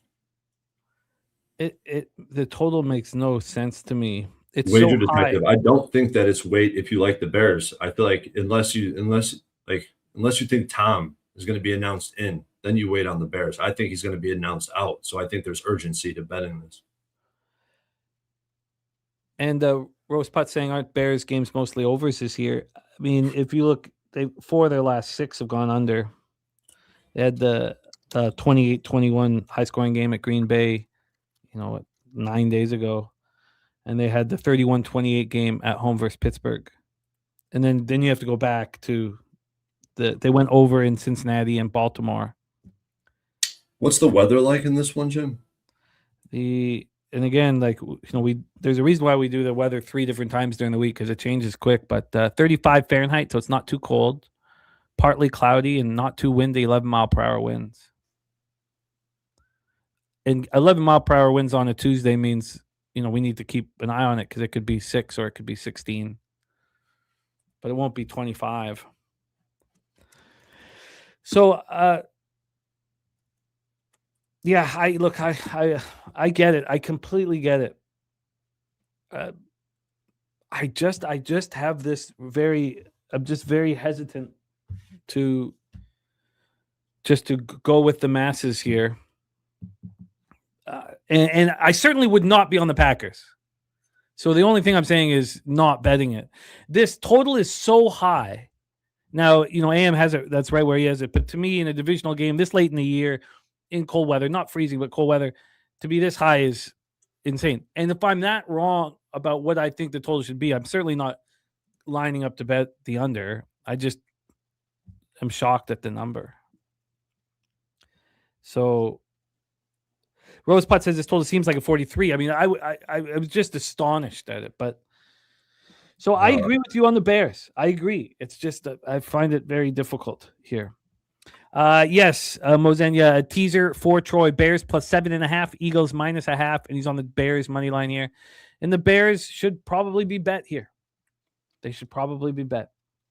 Even though we're selling the Packers at their lowest point of the year, and we are buying the Bears off of demolishing the Browns at home. Helpless Browns, yeah. So I can I get over that? I think so. I think so. Let's move on to the next spot on the board. We head to Sunday, December 21st action. Now, this is the only game I've actually bet. It's the only game I've bet. I'm on the first half under and the full game under. I got the full game under 42.5 at minus 110. The first half under 20.5 at minus 115. I'm certain when, a very sharp offshore that I have account with opens up their first half bets that there'll be a better line available. But I've been betting them as soon as I get the opportunity to the first half unders and just dealing with the consequences that come, even if the offshores do open up their first half lines at better numbers. I just want to be in as soon as possible. You can get a 42.5 right now. They're available. This moved here to 42 where I'm looking. The look ahead was 41.5, reemerged at 42 and got bet up to 43.5. Now it's coming down to 42. That early bet up did make me a little nervous. I just, it's the Buffalo Bills and they're playing in snow showers. And we saw them put up a extreme amount of points in that 38, whatever the score was, at 38, 33, something like that against the Bengals. The difference here, though, at Huntington Bank Field for this game is 19-mile-per-hour winds. So we have snow showers and we have the heavy winds, which means there's going to be a lot of running the ball. Let's get into the line history, though. That's the total. So you can get the 42.5 that I got, even though I'm looking at the 42, that you can still get them. And then from a side perspective, we have the Bills minus 10 at minus 114. They opened up at the look ahead was minus 9, reemerged at 10. It's moved 4 cents. That's all. It's just moved 4 cents. We get to the cash flow here. And Donut Silk says weather should be decent. He thinks 40s. I've got 30 Fahrenheit. It's not going to be decent. It's going to be cold and windy. Again, that can change, and that's why we'll keep an eye on it. But I've got it to be quite cold. Not freezing. Not like it was last week. But cold, snowy, and windy. 71% of tickets, 69% of the cash on the Bills. 92% of tickets, 87% of cash on the under. Circa is holding the 42. They opened it up at 42 as well. They did do the exact same range. Got up to 43.5, brought that back down to 42. Let's talk about the Bills. They host the Eagles next week. Donut Silk says he sees 40 at the stadium on Sunday. Why don't we just take another quick look here at my site. Here, let's make sure that I've got this. Here we go. Sorry, I don't. All right, here we go. And yeah, I've got. It's very cold on Sunday. It's getting colder. This will now be down to 29 Fahrenheit. I have Saturday's 40. Saturday's 40 degrees. I've got, but again. So let's roll. And thank you, Donut Silks. I know you got feet on the ground, and so it's important to have as much information as possible. But I've got down to 29 now. So let's talk about the Bills. Passing offense ranked 6th. Rushing offense 5th. Red zone offense 8th. Third down offense 4th. The offense is phenomenal. I've still been staring at their futures. It's moved slightly since I could have bet it before the game against the Patriots. It moves only a little bit just because the Broncos won. So the Broncos are the favorite in the AFC. We have this pass defense ranked 19th, rush defense ranked 27th. And we have the red zone defense ranked 20th, third down defense 25th, and pass rush 8th. Hard to believe this is the 8th rate pass rush. And again, and I keep talking about it, I want the Bills because I know that Ed Oliver is coming back. And he's not coming back until the playoffs. They may give him a few snaps on that final week of the year, but I think he's going to help the pass rush that's not been very good. Bills come in off a wildly exciting 35-31 victory at New England. Noise canceled score was similar, 34-30 Bills. Bills 10 wins for the 7th consecutive season. Overcame a double-digit deficit for the 3rd time this year. Incredible. Down 15 in the 4th quarter against Baltimore. Last week, down 10 against Cincinnati.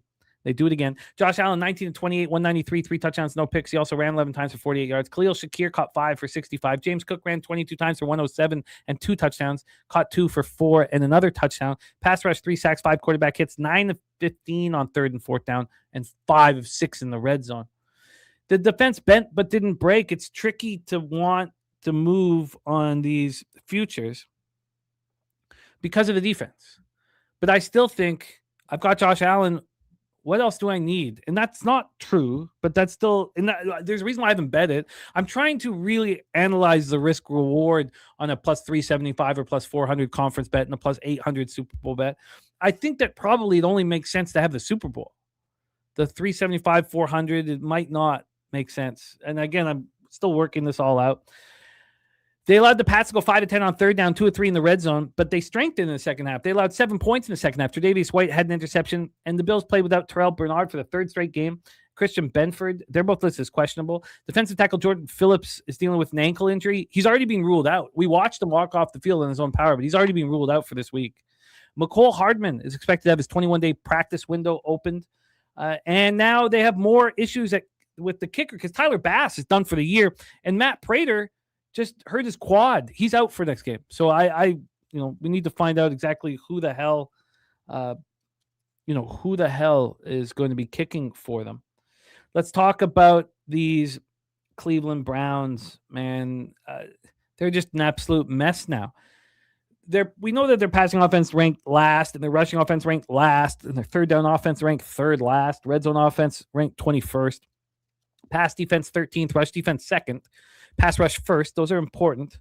You're probably right. And then red zone defense 16th. Third down defense 11th.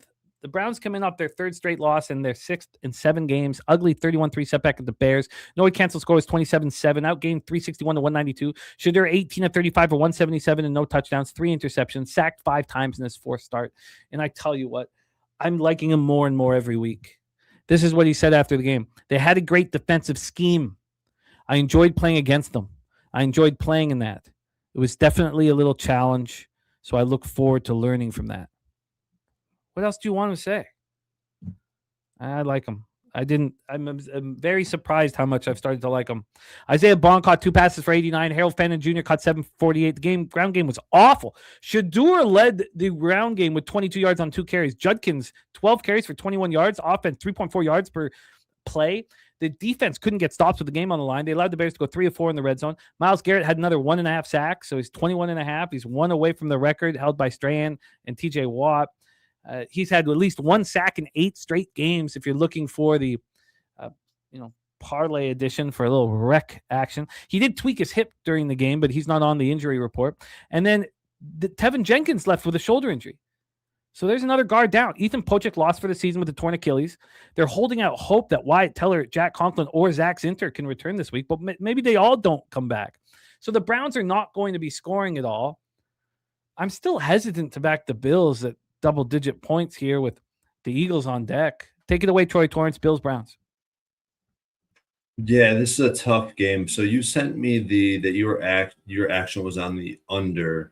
Yeah. And I wanted the under. Made a ton of sense optically. Made a ton of sense, knowing the matchups and the letdown spot we could expect from the Bills. And then I look at these big home dogs late in the season, and I see, here's the funny thing about this big home dog. Double-digit home dogs early in the season, profitable investment. Double-digit home dogs late in the season, unprofitable investment.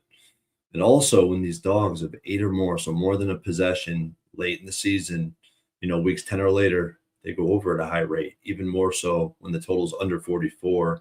And I know that this price range, this 40 to 42.5 price range, has played to the over pretty significantly throughout the years, the 4 years, the sample that I'm looking at. So it does concern me, although I do think the matchup makes a ton of sense.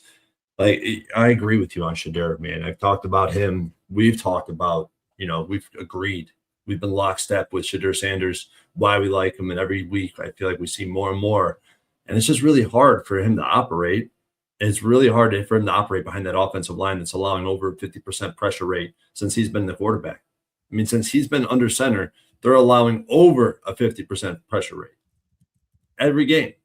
That's insane. He's faced over a 50% pressure rate every game. And somehow, some way, he's thriving in that environment. Now I'm saying thriving, relatively speaking, because there's only so much you could do. And the defense, this is the defense. Like, people were talking about the run defense from this the Browns defense. And I agree. I think they're waving the white flag. Obviously, they know they have no future in the playoffs. Does that change at home? It could, but there's no more hustling from sideline to sideline. teams that run the ball away from Myles Garrett, like historically, you'd see relentless backside pursuit. Guys are getting double teamed on the interior. They're trying to get loose and chase it down from behind. You ain't seeing that. There's no pursuit. There's no backside pursuit. Myles Garrett is there to do one thing at this point, and we've seen his frustration show on a weekly basis on the sidelines. And that's not his character at all, right? This is a stand-up guy. This is a guy who's accountable. And I think he's out there right now to do one thing, and that's to sack the quarterback. I don't think he's going to want to dig his nose in and defend the run very physically. Now, maybe that does change at home. Maybe it does. But the Bills, I mean, look what happened the San Francisco 49ers. They annihilated the run. The run was non-existent for the 49ers. So, and then the next week, obviously, with Tony Pollard. And the Bills, I feel like I've had a great read on this Bills team. I mean, every time I bet on them, they've won. New England, Pittsburgh, Tampa Bay, Kansas City. Bet against them, and I've won those as well with Houston, Atlanta, New England. I've only had one teaser lose with the Bills all season, and it was when they lost to Miami. So, but I've had a really good read on this Bills team, and this does profile like the spot that they let down, especially offensively. Look after these big wins when they come up big divisional wins, or when they come up big wins against teams in the AFC like the Ravens, like the Chiefs, and teams like that. They go out and they lay eggs. We know this. So the question is really, can the Bills run the ball? Can the Bills stop the run? And how motivated will Josh Allen be with Philly on deck? Yeah, the Bills, I think, are going to be able to run the ball in Cleveland. And I don't know if you like that or don't like that for the over. The Browns' run defense is regressing. I don't think it's because of talent. I think it's because of motivation. And Cleveland, are they going to be able to run the ball in Buffalo? I think the answer is yes. If it's not with down-to-down success, it could be a handful of explosive runs. But yeah, the problem with back in Cleveland is their offensive line is so damn weak. I just can't do it. I feel like this is a story we've seen before. I want to back the Browns, but I just can't get there. Historically speaking, it hasn't been a good spot. And I see the white flag starting to come up for Cleveland. Yeah, I just went on to a different site, AccuWeather, that's saying that the wind gusts during the game are going to be 38 mile per hour. So there's going to be 10 defenders in the box. Look, I really think optically with the Bills putting up these huge high scores in cold weather environments is just perfect. Absolutely perfect for this spot. I agree 100%. And there's no way I'm going to be on the over in this spot. No chance. Well, I don't think. Okay, so this is the question, and you might want to move on this earlier because of it, but we know that Pochik is gone for the season. So you have Wyatt Teller, Jack Conklin, Zach Sinter, and Tevin Jenkins. Will any of them be here playing? Because if none of them are playing, then not only does Shedeur have no chance, but the Browns have no chance. Zero. How can you play all backups on your offensive line with a rookie quarterback? Like, it's just not fair. It's not fair to Shedeur. So, honestly, I can't. And then Jared TG says Browns team total under. I guess so. As you guys know, I almost never. I'm talking like I've in a couple of years now bet a underdog team total under. It's only when you're certain they're not going to be able to put up any points whatsoever. Now, the Urban Pope, that is the gusts. The wind is 19 mile per hour. And AccuWeather also has the 32, 33 Fahrenheit too. So, but that's not that cold. That's just right around freezing. It's not that bad. So I understand how difficult it is to fade a team that just came off a 31-3 loss. But we can explain exactly why it happened. Shedeur doesn't have a second to think. Why would this be any different? So true. Especially if the winds are that high, they're not going to be able to pass the ball with any type of efficiency. No. You could argue that the coaching staff are terrorists and they're trying to lose based on the offensive play calling and situation that we've seen with this Browns team over the past few weeks. 10 weeks. I Seriously, want. How many times were we back in the Browns at home? It didn't matter who was at quarterback, but they had an offensive line, so at least you were giving the team a chance. Oldie says first half under territory. You know, I've moved on the first half under, full game under already, but I'm starting to sit back and think, you know what? The Bills should be bet here with the look ahead with everything. The Browns are in such a state of disarray. I mean, I don't know. I hate saying it. I hate feeling this. Who in their right mind would want to have a 10-point favorite on the road a week before they play the Eagles and a week after, beating the team that's in charge of the conference in the division? But I just feel like that the Browns are an absolute train wreck without their offensive line. Am I overdoing this? Am I over I did not come into the show expecting to want the Bills. Why would I want the Bills? This very public side just after they beat the Patriots. But I don't understand how the Browns have a chance in fucking hell without their offensive line. They have no chance at all. Zero. Well, I think that the over is more correlates with the Bills. But yeah, I see what you're saying. And then you can't bet the team total under. It's a difficult spot, Jimmy. Then the Bills are going to have to score 33 plus because I don't think the Browns are getting double digits. Try again says this might be the most public spot of the week. It's not public at all, and it won't be. It's public right now. I shouldn't be there, but people back the Browns at home. Sharps are always on them. Sharps were on them when they, went 0-17. Right now it's 71% and 69. What is it over at Action? 72-78 Bills. But this is common late in the season. I mean, I'm looking at the sample that I think most closely reflects this game, and all 5 games they won by 10 or more. Low total. This is the situation where the low total favors the road team because it really tells you that the offense does not have a chance at scoring. Yeah. And it's played out just that way. Okay. Well, I'm on the first half under and the full game under, and honestly, I just look if Wyatt Teller, if just those two were there. I mean, just those two alone. If those two guys were there, Jack Conklin you'd want there too, but Zach Zinter, he was the replacement. Tevin Jenkins. I mean, all right. I feel like I just should back them, but God, it's uncomfortable to do so.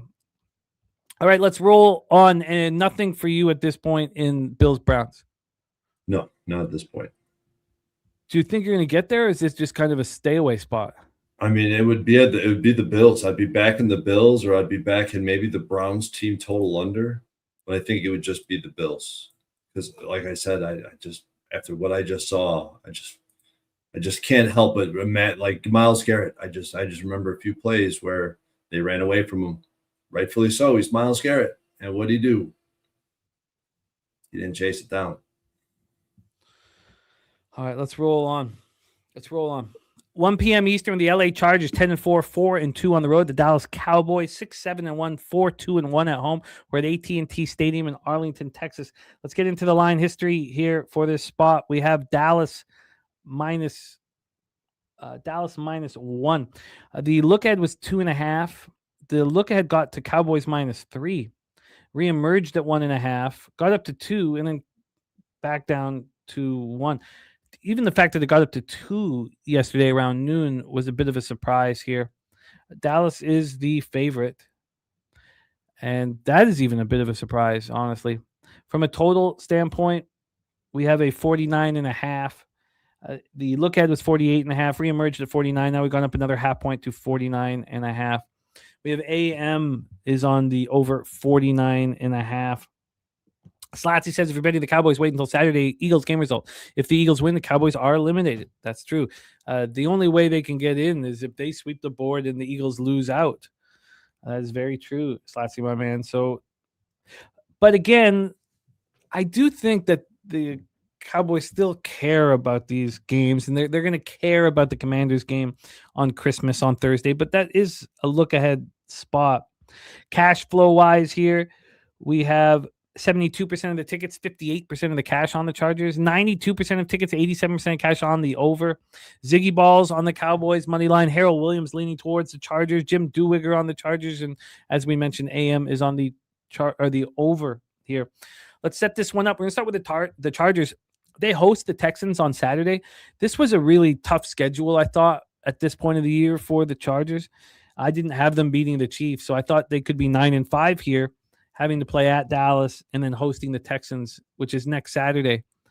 So I thought that was the case, but that was a huge victory for them in Kansas City.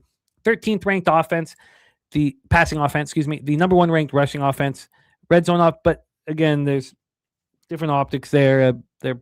Their run block is terrible. Their red zone offense ranked 27th at 50%. Third down offense ranked third at 46.3%. Pass defense is ranked 7th. Rush defense ranked 12th. This defense is very good. Surprising, better than I expected them to be. There was, at one point going into the year, I thought they were going to be really good, but then I kind of fell off with that. Red zone defense is 5th. They only allowed touchdowns 51.2% of the time. Third down defense ranked 5th. They only allowed conversions 35.4% of the time. Their pass rush ranked 18th. Chargers coming off a big 16-13 victory at Kansas City. That was, of course, overshadowed by the season-ending ACL injury to Patrick Mahomes in the final 2 minutes. Noise canceled score was 22-11 Chargers. Chargers outgained the Chiefs 295-239. Herbert was 19-29 for 210, 1 touchdown, 1 pick. Rondé Gadsden caught 4 for 61. Hampton ran 15 for 61, caught a 4-yard pass. The Chargers were just 5-14 on third down, 1-2 in the red zone, but the defense held the Chiefs to just 4.1 yards per play. Held them to 6-13 on third down, 1-3 in the red zone. Pass rush had 5 sacks and 9 quarterback hits. Derwin James, Diane Henley had interceptions. Quentin Johnson, Q, was inactive with a groin injury. We'll have to see if he's able to play here this week. Wait for the Wednesday injury report. List is questionable. Their safety, R.J. Mickens, left with a shoulder injury. Elijah Molden, their cornerback, was inactive, so he's listed as questionable. And Trey Pipkins out to this offensive line, battered and beaten. Digging says Cowboys are 9-1 against the spread after losing as a favorite. Urban Pope says Chargers sell high spot. So let's talk about these Cowboys. As I said, they have the Commanders in Washington on Christmas Day coming up after this. Passing offense ranked 3rd, rushing offense 24th, red zone 19th, third down offense ranked 8th. They convert 41.9% of the time. Their pass defense 2nd worst, rush defense 28th. Red zone and third down defense both 3rd worst in the NFL. It's not improving. We thought with the fortifications that it would improve. It's just kind of sitting there. Pass rush ranked 11th. Now that pass rush looked to me like they were ranked 32nd against the Vikings. I mean, that pass rush was as invisible, 0 sacks and 1 quarterback hit. Cowboys coming off the ugly 34-26 loss at home to the Vikings have made us as a group a lot of money. And we were all on the same side. And that's not the kiss of death that it was 7 or 8 years ago. And it just goes to show us as a group we're getting stronger. Cowboys have to win their 3 remaining games, as Slatsy was talking about. And the defending Super Bowl champions have to go 0-3 in order for Dallas to overtake the Eagles in the NFC East. That's the only way in. Prescott, 23, 38, 294. No touchdowns, no picks. CeeDee Lamb caught 6 for 111. Javonte ran 15 for 91 and a touchdown. But the offense was 2 of 12 on third down and 2 of 5 in the red zone. But it was the defense that looked horrific. Allowed the Vikings to put up 6.3 yards per play. Now, they held them to 2 of 9 on third down, but allowed them to go 3 of 3 on fourth down and 3 of 4 in the red zone. Pass rush had no sacks, as I said. 1 quarterback hit. Jadeveon Clowney was active. God, he was terrible. Quinn Williams had an interception. Take it away for us here, Troy. Chargers, Cowboys. I wonder if somebody in the chat could grab this for me, and I hope I get to see it if someone does find it. What are the teams' records this season, and maybe back to the past few seasons of teams that are coming off wins against the Kansas City Chiefs? Because I feel like historically it's not been a good trend for these teams, especially in a spot where it's your divisional. You know, you've been playing little brother in a conference, and you got a chance. You knock out the Chiefs, right? The Chiefs, the goddamn dynasty, who just have continued to just put up Super Bowl efforts each and every season. They knock them out of the playoffs, and they're off 3 consecutive wins. I mean, the Chiefs, an unconvincing win, in my opinion. You know, the 6-8 Chiefs, they beat the Eagles, who turned the ball over 5 times in unconvincing fashion. They did smack the Raiders, which is, like, you know, everyone smacks the Raiders. I don't know how impressive that is. And I backed both Kansas City and Philly unsuccessfully. So maybe I have this team wrong. And on the other side, you got the Cowboys, who are coming off 2 consecutive losses in which we faded them successfully, right? We faded them against Minnesota. We had the money line. We faded them against Detroit. We had Detroit multiple different ways. And I don't know if it's possible to buy low and sell high this late in the season in some way, shape, or form. Like I know we've been talking about a lot of that today, but I feel like it's really hard late in the season because you don't know. It's hard to put your finger on what we're going to get, what type of effort we're going to get from these teams that are in the playoffs, fighting for wild card position or out of the playoffs, right? It just creates this volatile range of potential outcomes. But I love the fact that the Cowboys' strongest suits are where I see the advantages, where I think the bookies are seeing an advantage with this Dallas team. They have a high-powered offense with the ability to put up 30 points on anybody, even against the strongest defenses. A defense whose strong suit is on the defensive front. And that's, they're going to have the ability to expose this terrible offensive line, the weakest point maybe of any team in the NFL. And that's just speaks volumes to how great Harbaugh, Minter, this Chargers team has been at keeping things together. And Herbert, you got to give a ton of credit to the guy. The 2 questions I try to answer when I was capping this game is, will the Cowboys bring effort to the stadium now that they don't have their playoff life? And I feel like this is a common misconception, especially late in the season in NFL betting. How am I going to determine if we're going to get max effort from any given team? I'm going to let the bookies make that determination. Late in the season, when you have a team that has no playoff hopes, catching 6 points or more like we're seeing in the Browns game, I think that suggests less effort. Late season, a team with no playoff hopes is catching around a field goal. I think we're going to see more effort than not. And then late season, when you had a team with no playoff hopes laying points to a team who needs a win, I think that suggests we're going to see mass effort from that team. And the market efficiency database supports that statement in full.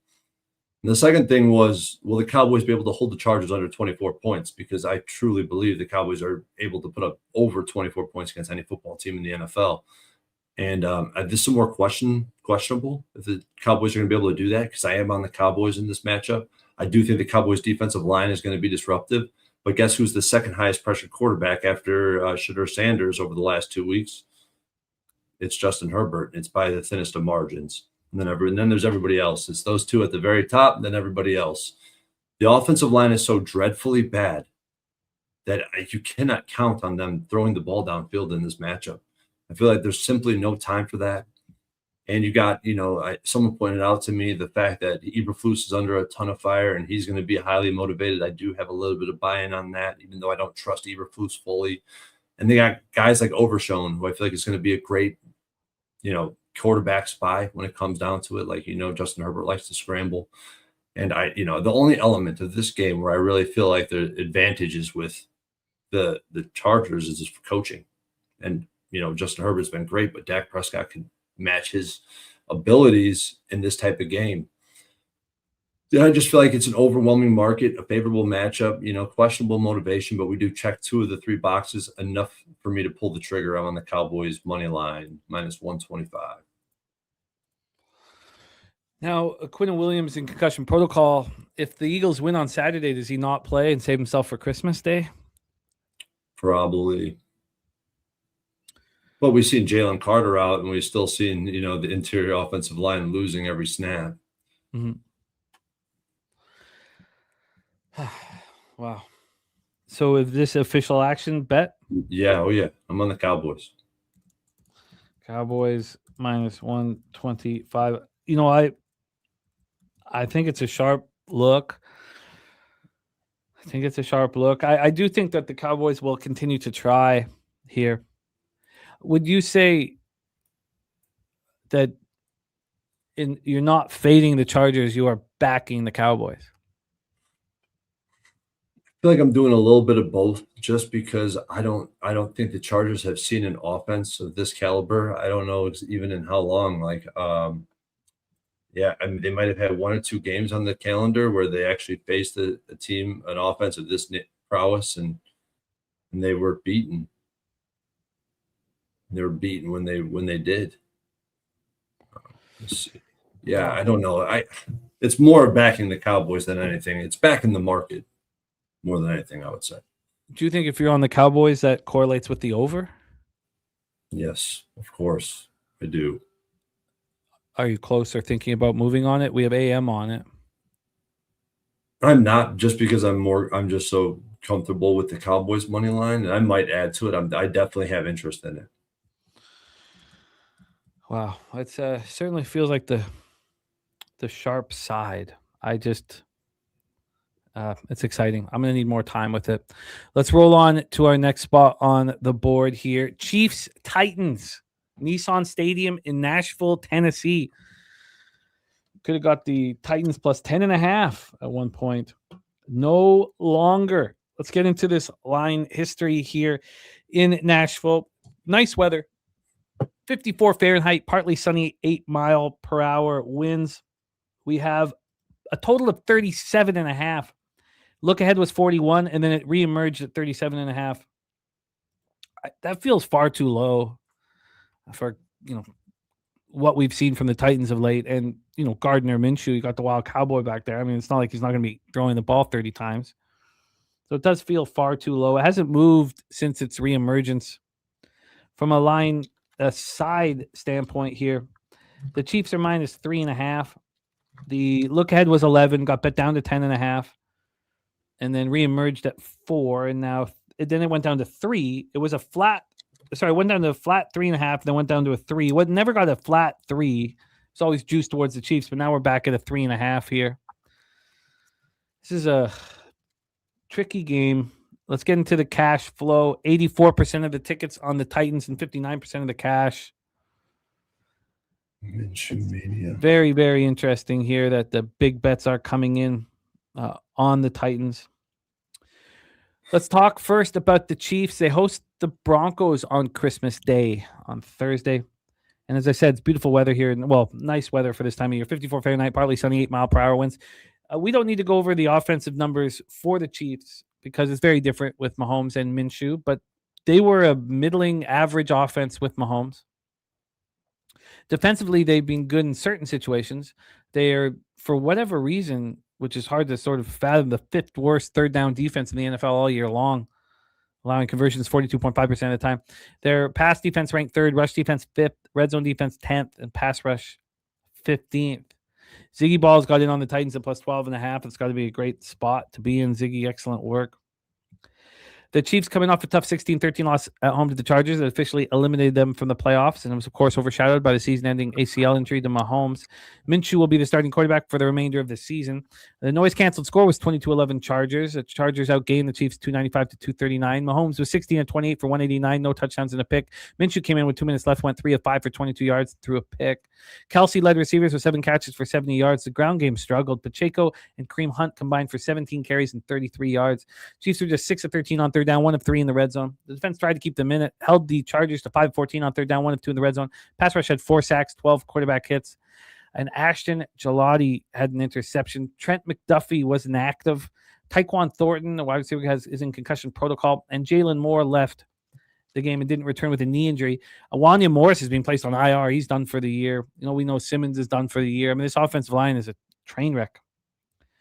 Let's talk about these Titans. They host the Saints not this Sunday, of course, but next Sunday. Passing offense ranked 30th, rushing offense 24th, their red zone offense 22nd. This is the worst third down offense in the National Football League. They convert 30.1% of the time. Passing defense ranked 26th, rush defense 10th, red zone defense 27th. They allow touchdowns 63.5% of the time. Third down defense 21st. They allow conversions 40.6% of the time. 17th ranked pass rush. Coming off the 37-24 loss at San Francisco.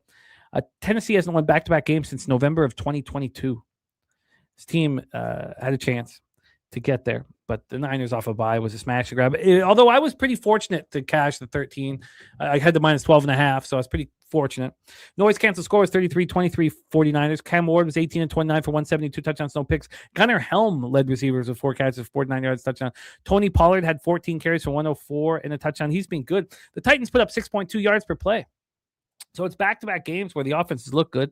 They were just 3 of 9 on third down, but 2 of 2 on fourth down, 2 of 3 in the red zone. The offense looked good. at times, but the defense just couldn't keep the 49ers off the field. 49ers went 10 of 16 on 3rd and 4th down, 4 of 6 in the red zone. 49ers completely dominated time of possession, 37-05 to 22-55. Pass rush finished with 2 sacks, 5 quarterback hits. Jeffrey Simmons did everything he possibly could. Strip sack, caught a 1-yard touchdown pass. It's the 6th time since sacks became official in 1982 that the players had a sack, a forced fumble, and a touchdown catch in the same game. Now listen to this. 3 safeties left with injuries in the first half. 3 of them. Xavier Woods, Mike Brown, and Kevin Winston. They've all been placed on IR. All of them. None of them are coming back this week or again for the rest of the year.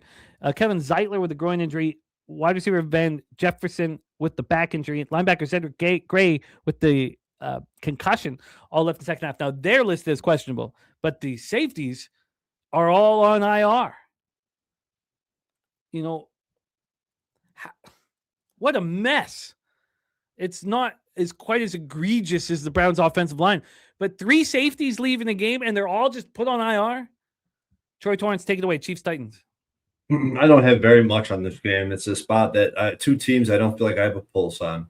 The books continue to put the Chiefs in historically favorable markets relative to the rest of the NFL, and they continue to fail to cover. Like I said in chat, I'm pretty damn sick to my stomach of betting on this Chiefs team and buying low on them. And in theory, I believe the Titans should be the more motivated team.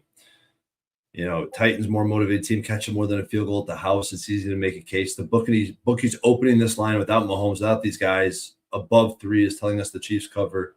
To me, it makes it an easy pass. But if you look historically at teams in this price range with a low total late in the season, the home team money line is pretty appealing. The home team ATS is pretty appealing. The over is pretty appealing. And judge on how the Titans have been playing defense. I mean, yeah, I could see an over in this game. So I guess I lean over. I lean Titans, but no huevos to bet on this spot. Lean over? Yet. Maybe we should run to the window and bet the over. Say it again, Jimmy. We should bet the first half over, the full game over. We should. We really should. I agree. I'm going to more than really should. I'm going to. This is insane. Like I don't want to sit here and take, the Sharps are going to be on the Chiefs, and God bless them. Look, I don't care. It's not. I obviously see some similarities between, the Chiefs and the Packers. There's some similarities with the injury to a star player, but the Packers are going to play the Bears. The Packers have dominated the Bears for so long. The Bears have a chance to win the division. I mean, that's just a totally different situation than the Chiefs being eliminated. The Titans want the first overall pick. I mean, I just want points. Gardner Minshew, wild cowboy, going to come out and throw the ball over the field because he knows the 3 safeties are missing. The Titans have had back-to-back games where they've been able to put up points, and we have a Chiefs defense. I mean, you think McDuffie's going to come back for this? No. It's not. I think points are scored. Have any books moved this at all? I just want to take a look at a couple different books here quickly. I mean, you would think that other people would be sitting here going, this is going to go over, but 37.5? I mean, I don't see it moving anywhere. I don't. Yeah, I'm going to wait on it. I do lean to the over. Gotta be points here in this one, doesn't there? Feels like it. God, the weather's nice, but are they putting out a number that will coax out people to bet the over? Or do you think I'm wondering? That's what I'm wondering. Because it feels like that. It does feel like that. But historically, it has gone over. God. But none of these spots. I mean, this market, this is the reason I didn't even put that much faith into this market in the first place, because the Mahomes being out factor just makes it really hard to trust any of this sample. So can you just give me an idea of what a team does when they lose 3 safeties in one game and they're all put on IR? I mean, I'll go over to their depth chart right now, but what can they possibly do? Just, pick guys up off the practice squad. That's really all you could do when you get hit like that all at the same time. Let's just take a quick look at what they could pot, because it's you lose players to injury all the time, but the fact that they're all on IR immediately is absolutely nuts to me. So I mean, they still have Amani Hooker, so I guess they can. I mean, if you have Amani Hooker, I guess you're fine. Is that part of it, that they still have him? So Xavier Woods gone, Brown and Winston gone. I mean, that's a lot to lose. So I guess you still have, and Jalen Armour Davis. I mean, he got hurt in the game too, but he's not. I thought he wasn't on the injured report. He's listed as questionable here. Okay. I think that points can be scored, should be scored. Try again, please, says, call me crazy. I'm seeing value in Titans money line. No, I think that is what everybody would think initially. That's my concern. Try again, please. That everybody would think that the Titans were the spot. Would you say, Troy, if this stays over the 3, if it stays at not that the Chiefs have hurt us badly this year, but no futures on them at all, nothing to worry about. We're a new day here. But do you think that if this stays at a 3.5 and doesn't go down, that's a very strong sentiment from the books? I think so. Even at a juice 3, I think it's very strong sentiment, because the money line price moves drastically when you're looking at a juice 3 versus a non-juice 3. That money line price will tell you just how strong the move is. Yeah, I want overs. This is so low. I want overs. Let's roll on to our next spot on the board here. 1 p.m. Eastern. Cincinnati Bengals 4-10, 2-5 on the road. The Miami Dolphins 6-8, 4-3 at home. Hard Rock Stadium, Miami Gardens. I was very surprised that Burrow would be shut out for the first time in his 6-year career. It just caught me by surprise. And look, I need the Ravens to get in to the playoffs, and it's not going to be an easy task, but the Bengals lying down certainly helped. We have a total of 50.5 here for Cincinnati, Miami. The look ahead was 50.5, reemerged at 50.5 with not 1 cent changed on it. From a point spread standpoint here, we have the Bengals minus 2.5. The look ahead was a pick'em. It reemerged with the Bengals plus 1.5. So the fact that the Bengals are now minus 2.5 is a 4-point swing towards the Bengals. We just saw what Washington did after getting shut out. Are the Bengals going to follow a similar trajectory here? We have 70% of the tickets on Miami and 50% of the cash. So 30% of the tickets on Cincinnati and 50% of the cash. We've seen Circa move this.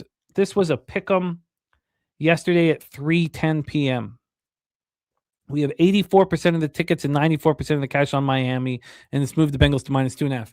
I mean, looking at this market, Troy, do we just have to stop everything that we're doing and bet the Bengals immediately? Because that's sort of what it feels like here. Let's set this one up and hear from Troy. Wager Detective laddering Miami here. So let's roll. The Bengals hosting the Cardinals on deck. They don't care about that game, and they probably don't care about this game. Passing offense ranked 11th, rushing 27th. Red zone offense ranked 20th, 56.4%. Third down offense 10th at 41%. Pass defense ranked 27th. Rush defense ranked 31st, second worst rush defense in the league. Second worst third down defense in the league. They allow conversions 47% of the time. Red zone defense 26th. They allow touchdowns 63.2% of the time and 27th ranked pass rush. The Bengals coming off that extremely ugly 24-0 loss at home to the Ravens. Burrow shutout. Noise cancel score was nicer at 23-11 Ravens. Joe Burrow was 25 at 39 for 225, no touchdowns, 2 picks. Jamar Chase caught 10 for 132. Chase Brown had 13 carries for 53 yards, caught 7 for 37. The offense finished with just 4.2 yards per play, 3 of 15 on third down, 0 of 1 in the red zone. The defense tried to keep them in it, held the Ravens to 2 of 7 on third down, 0 of 1 in the red zone. Pass rush had 4 sacks, 5 quarterback hits. Pass rush has looked stronger over the last few weeks without Trey Hendrickson, who's not coming back. Jordan Battle had a pick. We have wide receiver Charlie Jones leaving in the second quarter. Noah Fant with a right ankle injury. Defensive tackle Chris Jenkins Jr. with a left ankle injury. Right tackle Amarius Mims with a right knee injury. We're all injured in the second half. They're all listed as questionable, as is T. Higgins. But you guys remember what I said last week. I don't think T. Higgins plays again all season. I think T. Higgins shuts it down. I stand by that. The Dolphins here next host the Buccaneers. Passing offense ranked 26th. Rushing offense 7th. Red zone offense 16th. Third down offense 27th. Passing defense 18th. Rush defense 13th. Their defense has really taken a step forward, although we didn't really see that on the Monday nighter. Red zone defense ranked 8th. Third down defense 14th. Pass rush is the worst in the NFL. Dolphins are on a short week after 28-15 loss at Pittsburgh on Monday night. Noise canceled score was 30-18 Pittsburgh. So it's over. Yeah, they're eliminated from the playoffs. They prepped by practicing at Robert Morris University in the snow. Certainly didn't help. Tunga Vailoa, 22-28, 253, 2 touchdowns, 1 pick. He looked good when the game was out of reach. So he's now winless in games where the temperature is still winless in games where temperature at kickoff under 40 degrees. They had minus 20 yards of total offense in the third quarter when you had to come out and deliver. Darren Waller, 7 catches. Darren Waller caught 7 for 66, 2 touchdowns. Devon Achane was a beast, 12 carries for 60, caught 6 for 67. The Dolphins were 2 of 8 on third down, but they did finish 2 of 2 in the red zone. Garbage time touchdowns, you could call it, but the defense held the Steelers to 4-13 on third down, but allowed them to go 3-3 on fourth down, 3-3 in the red zone. Pass rush had 3 sacks. Ollie Gordon left in the second quarter with a left ankle injury. Minka, and he's listed as questionable. He could come back. But Minka Fitzpatrick went down with a calf injury. He's week to week and is likely done for the season. Dougie Wise says, is Burrow playing? I mean, he expects to be playing. Take it away for us here, Troy Torrence, Bengals, Dolphins. Yeah, I think we should be looking towards the Bengals in this spot. I do believe that is the right way to look based on history. You know, I like baiting these short home dogs. I see no problem with the sentiment right now from the market as being a problem, historically speaking. I feel like it's such a difficult market and matchup to read, you know, just because of how this game is priced and what we just witnessed this past week with the Bengals. We know backing teams over the past few years that have come off getting goose-egged, putting up 0 points, have bounced back at just a ridiculous rate. I think they're undefeated this season. And the Bengals, I mean, they're coming off some of the best teams in the NFL, right? The Pats, the Ravens, the Bills. Now they travel to Miami to play a non-playoff team in the Dolphins. Joe Burrow comes back and people start buying in on this Cincy team. Now it's probably time for that to flip back around. At least you'd think that would be the case. But everybody just watched Miami fail miserably in prime time. It's just, I mean, what do they have to play for, this Bengals team, to potentially go 7-10? I mean, if it were me and I was the owner of this organization, there's no point to win any more football games this season. No point. So I don't know what the hell to expect from that aspect, putting up 0 points against the Ravens. Now, I mean, if it wasn't for that, like, I would totally be off the spot, not even considering betting the Bengals, but they did put up 0 points in just the most embarrassing game. Joe Burrow, like you said, I mean, you're right. Like, this is a spot you typically want to back them. And the Dolphins, on the other hand, I mean, they don't have nothing to play for. They're coming off their second loss in 8 weeks, and they have nothing to play for, which is pretty embarrassing to say.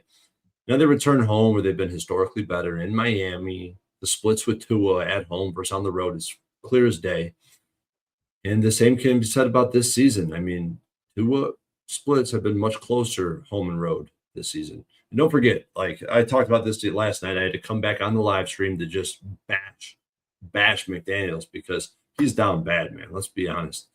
Like, when your body is flooded with hallucinogens, you might be able to design plays, maybe even call plays, but you can't lead a successful NFL football team. I struggle with this game. I'm passing for now. It's definitely Bengals or pass. I mean, how do we not bet the Bengals here? I wish the Dolphins had a better game, but Joe Burrow is just not going out like that.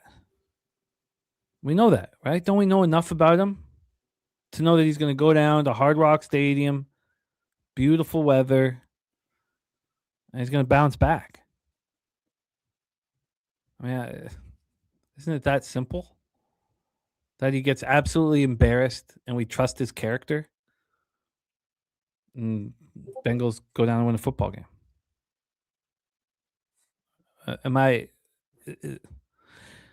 Aubrey says it's a trap. He's on the Dolphins. I don't see the trap. I have the team with the worst record on the road.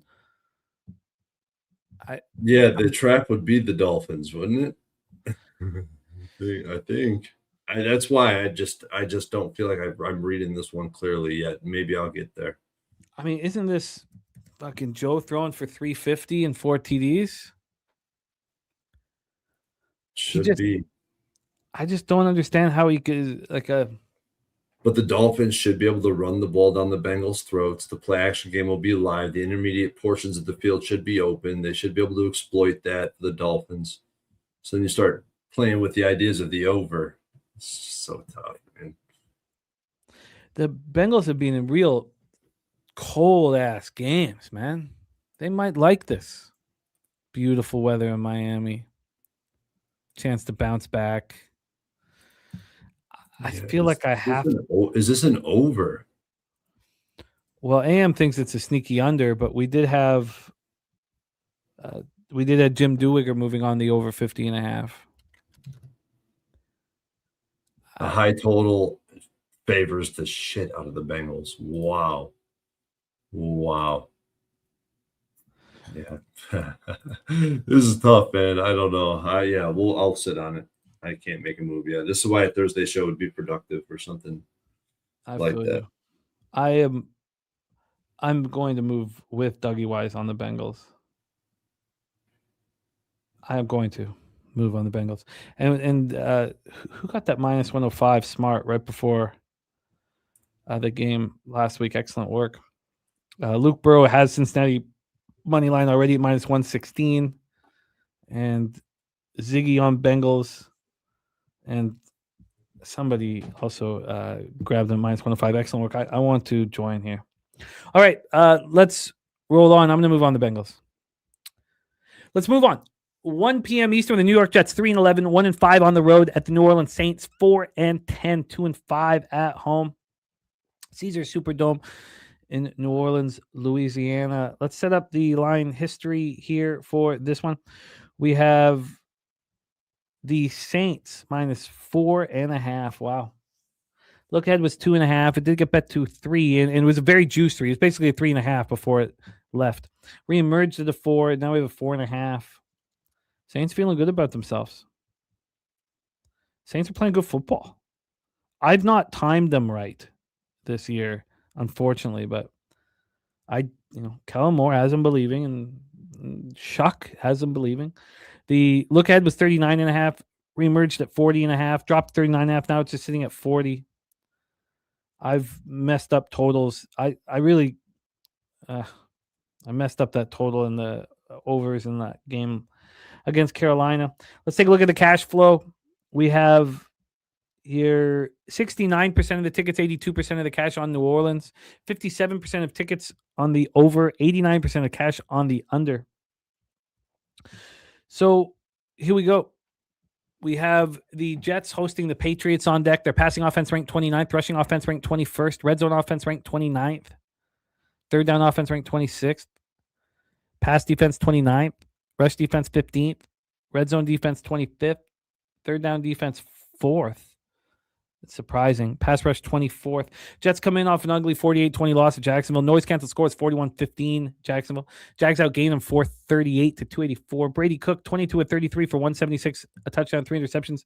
He's the first undrafted rookie quarterback to start for the Jets since Bill Demery in 1973. Adonai Mitchell had 6 catches for 58 yards and a touchdown. Isaiah Davis had 9 carries for 58 and a touchdown. Offense, it was 8 of 15 on third down, 1 of 2 in the red zone. I mean, Brady Cook did he threw 3 picks, but could be worse. Defense was atrocious. Jets allowed their most points since a 54-13 loss to New England in 2021.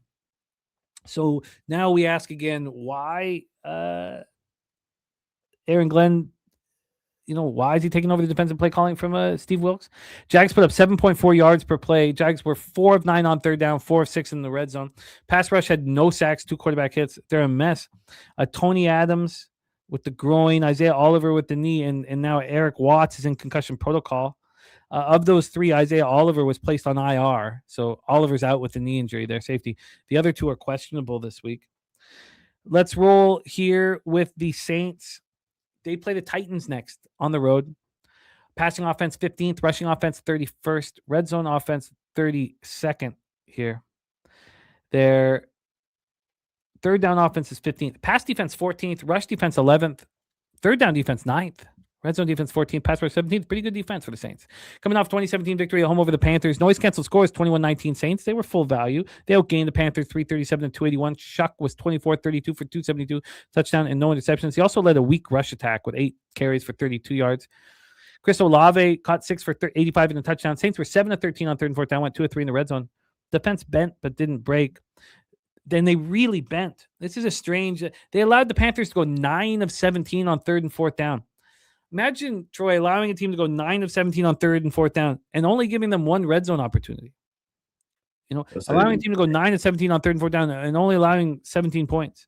Pass rush was quiet, 1 sack, 3 quarterback hits. You have Shuck and a kicker from Northern Ireland delivering the goods here.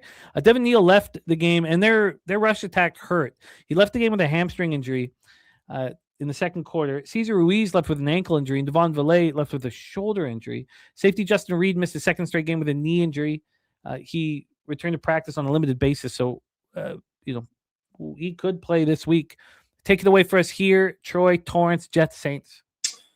I'm going to have to stay true to my contract, stay true to my man Slatsy in the chat. I have to be off this Jets team, this game entirely. I have had a good read on the Saints. I have not on the Jets. I think it's been like 2 years where I might be hitting Jets games. Any time I bet the Jets game, whether it's the total, whether it's a prop, whether it's the side, I'm hitting far less than 25%. Like I'm basically, I might have one win on the Jets spot in the past 2 years, and it's just not a matchup I want to get involved with. You got Saints, you got Shuck coming off 2 consecutive divisional wins, against the divisional leaders as underdogs. Probably that with an unfavorable market environment. The market definitely favors the Jets in this situation, and it makes the Saints a fade or pass. So it's Jets or pass for me. But the Jets, it's got to be buy low on the Jets. 2 embarrassing losses. A team that's incentivized to lose football games at this point. A team with an unknown quarterback situation. Some people like attacking these spots. There's nothing tangible here for me to grab onto, to latch onto, and to feel good about. So I'm going to pass. I mean, don't the Jets just want the best possible draft pick? I mean, isn't that the only thing that they're looking for here? Certainly. And I mean, is it at this point? I mean, at this point, we expect Brady Cook to be under center. I think I should quickly double check that here, but is that your expectation that it's going to be Brady Cook once again? I do not have an expectation on quarterback in this spot. I mean, they're not at this point, and neither are ruled out, but I will say the history of this market definitely favors the road team to cover the spread. The spread is really tight, really closely. I feel like it's going to be very tight on the spread. Late in the season, you don't see a lot of teams like the Saints that are favored like this. The last time you have a market like this for the Saints, it was in 2022 against the Falcons. They won by 3, 21-18. Yeah, I guess we need to wait for tomorrow's injury report. The Wednesday injury report should give us an idea if Terod or Fields is going to be playing. I mean, if I was either Terod or Fields, I would be trying so hard to get back on the field. Let me show that I can be a part of this team as they move forward. Vincent Hawkins says Jets win and cover, sell high, spot on the Saints. Try again says problem is you're buying the Jets. Do they have a low at this point? I mean, it does feel like it's too easy just to move on the Saints. If Brady Cook is at quarterback, I mean, it just feels like a pretty simple Saints double result. Call it a day. If I guess we have to wait for the injury report here. And It's an ugly football game, but the Saints are playing good ball. The total at 40 here, I guess. I thought that the Panthers Saints game was going to go over, and it didn't. If it's not Brady Cook, I mean, I don't understand why points wouldn't be scored when these two teams play against each other. The Jets seem like they've given in defensively. 68 points were just scored in Jacksonville. I know that you're trying to stay off of the Jets games, but even with Brady Cook at quarterback, don't you feel like there's going to be a lackadaisical, to some extent, defensive play and some sloppy play and some points able to be scored here? Well, they did fire their defensive coordinator, so I don't know what that means exactly, but I would imagine it means, hey, we're going to try to show that we made the right decision in doing that. I feel like there is some of that. There's nothing to like about this Jets defense at this point. There's nothing. Yeah, and Luke Burrow talking about, Valet, Devin Neal. We know Kamara's not there. I guess that's true. I guess the injury report is crucial here. It's absolutely crucial to find out what the hell's going on. So why don't we wait for that and then hammer this one again. Let's roll on to the next spot on the board. 1 p.m. Eastern. Minnesota Vikings 6-8, 4-4 on the road at the New York Giants 2-12, 2-4 at home. We're at MetLife Stadium, East Rutherford, New Jersey. 43 Fahrenheit, partly sunny, 13-mile-per-hour winds. Let's get into the line history here. We have this total at 43.5. The look ahead was 43. It reemerged at 44 and then dropped down to 43.5.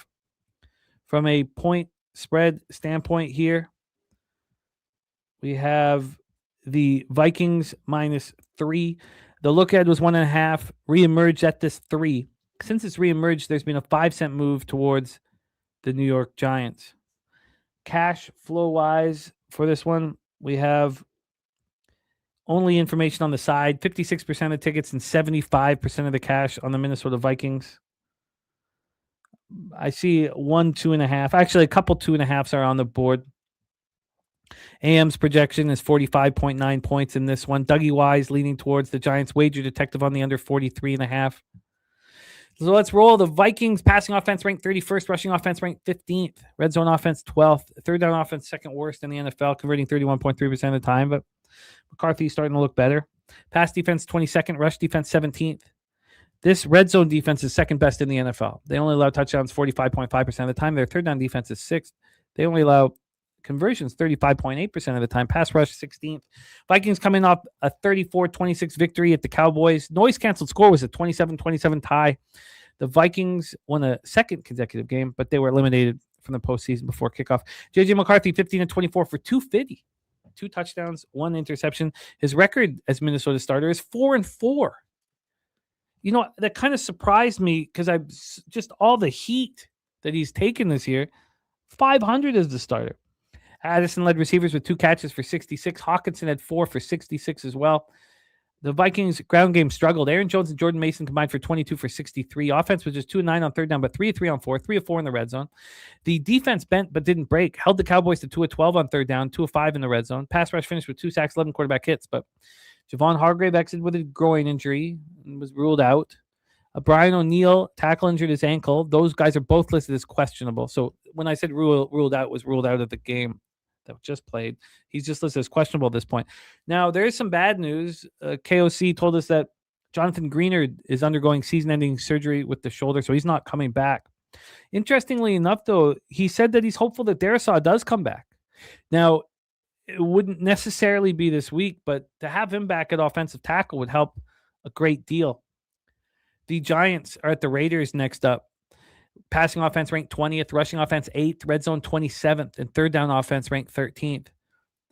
Their pass defense ranked 25th. This is the worst rush defense in the National Football League. Their red zone defense is 29th. They allow touchdowns 66.7% of the time. Third down defense 18th. They allow conversions 39.8% of the time in the 14th ranked pass rush. Coming off their 8th straight loss, 29-21 setback at home to the Commanders. Noise canceled score, as we talked about earlier when we talked about the Commanders, was 26-21 Giants.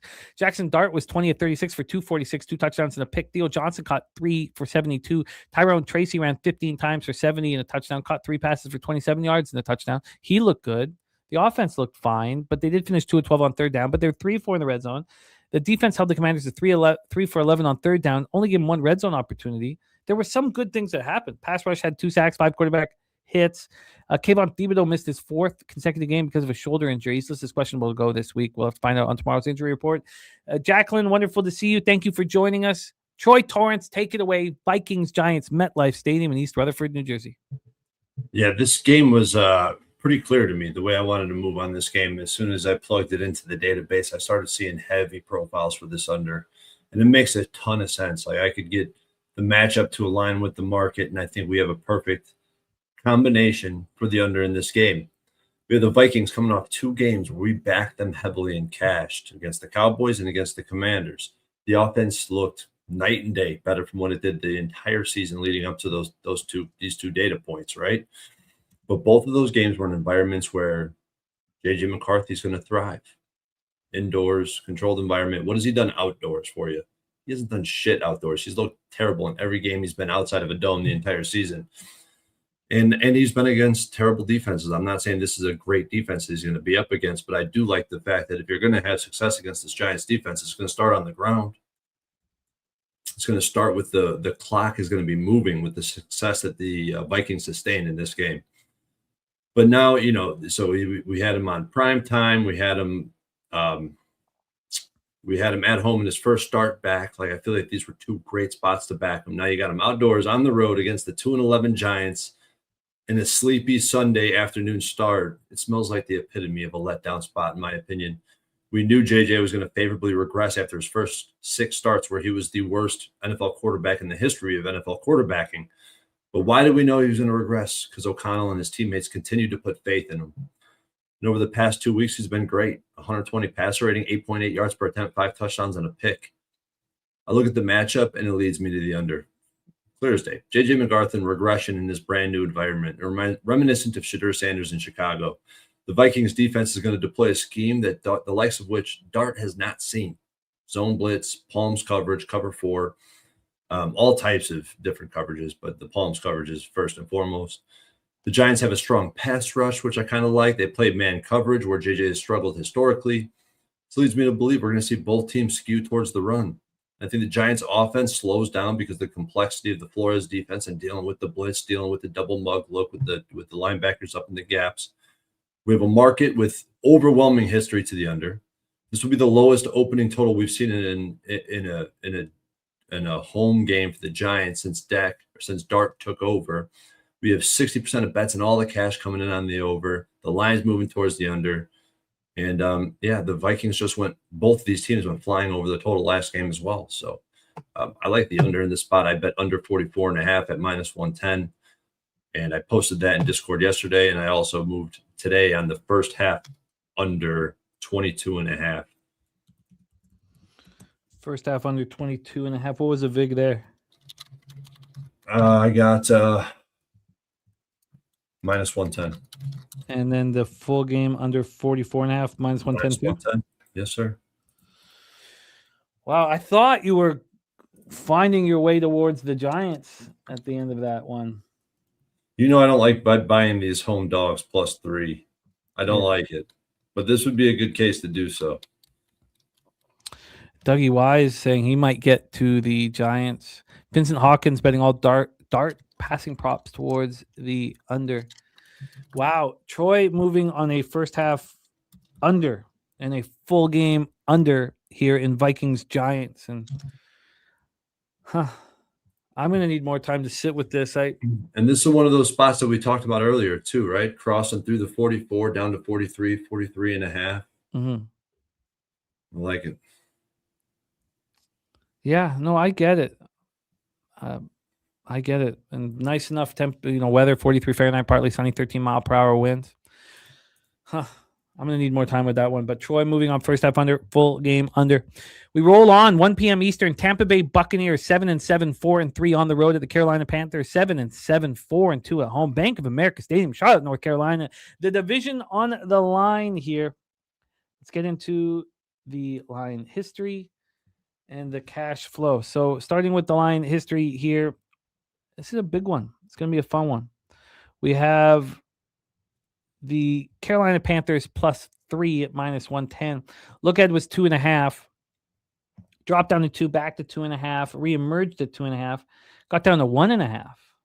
So the line was, moving towards the Panthers. Then it stopped moving towards the Panthers. It stopped on Sunday night, 8:04 p.m. Started moving towards the Bucks, and it got to a 3, which is where it is right now. 3-point road favorites. On the total for this one, we have a 45. The look ahead was 46.5, and it got bet down to 44.5. So on the look ahead, we saw it bet down. That was bet down, in the first 2 hours the line was available. It's pretty legit. Then it went away, stayed at 44.5 before it went away, and then it reemerged at 45. So a move towards the Bucks, a 45 total. Cash flow wise here, we have all the information. 52% of the tickets, 56% of the cash on the Tampa Bay Buccaneers. We have 60% of tickets on the over and 88% of the cash on the over. Fireside says Carolina is a testament to the actual parity of the top of the league. This team is massively flawed and at the top. Same with the Bucks. Tell me he didn't just say that. It says I don't want to take the Panthers, but at +3, I'm very tempted, he says. Dougie Wise says this seems too easy to get on the Bucks. See, I don't feel that way at all. I've been watching the Buccaneers lose, make very questionable defensive plays.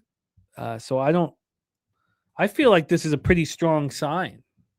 Personally, I don't feel like it's too easy. But let's talk about more. 59 Fahrenheit, mostly sunny, 5-mile-per-hour winds. The Buccaneers are at the Dolphins next week.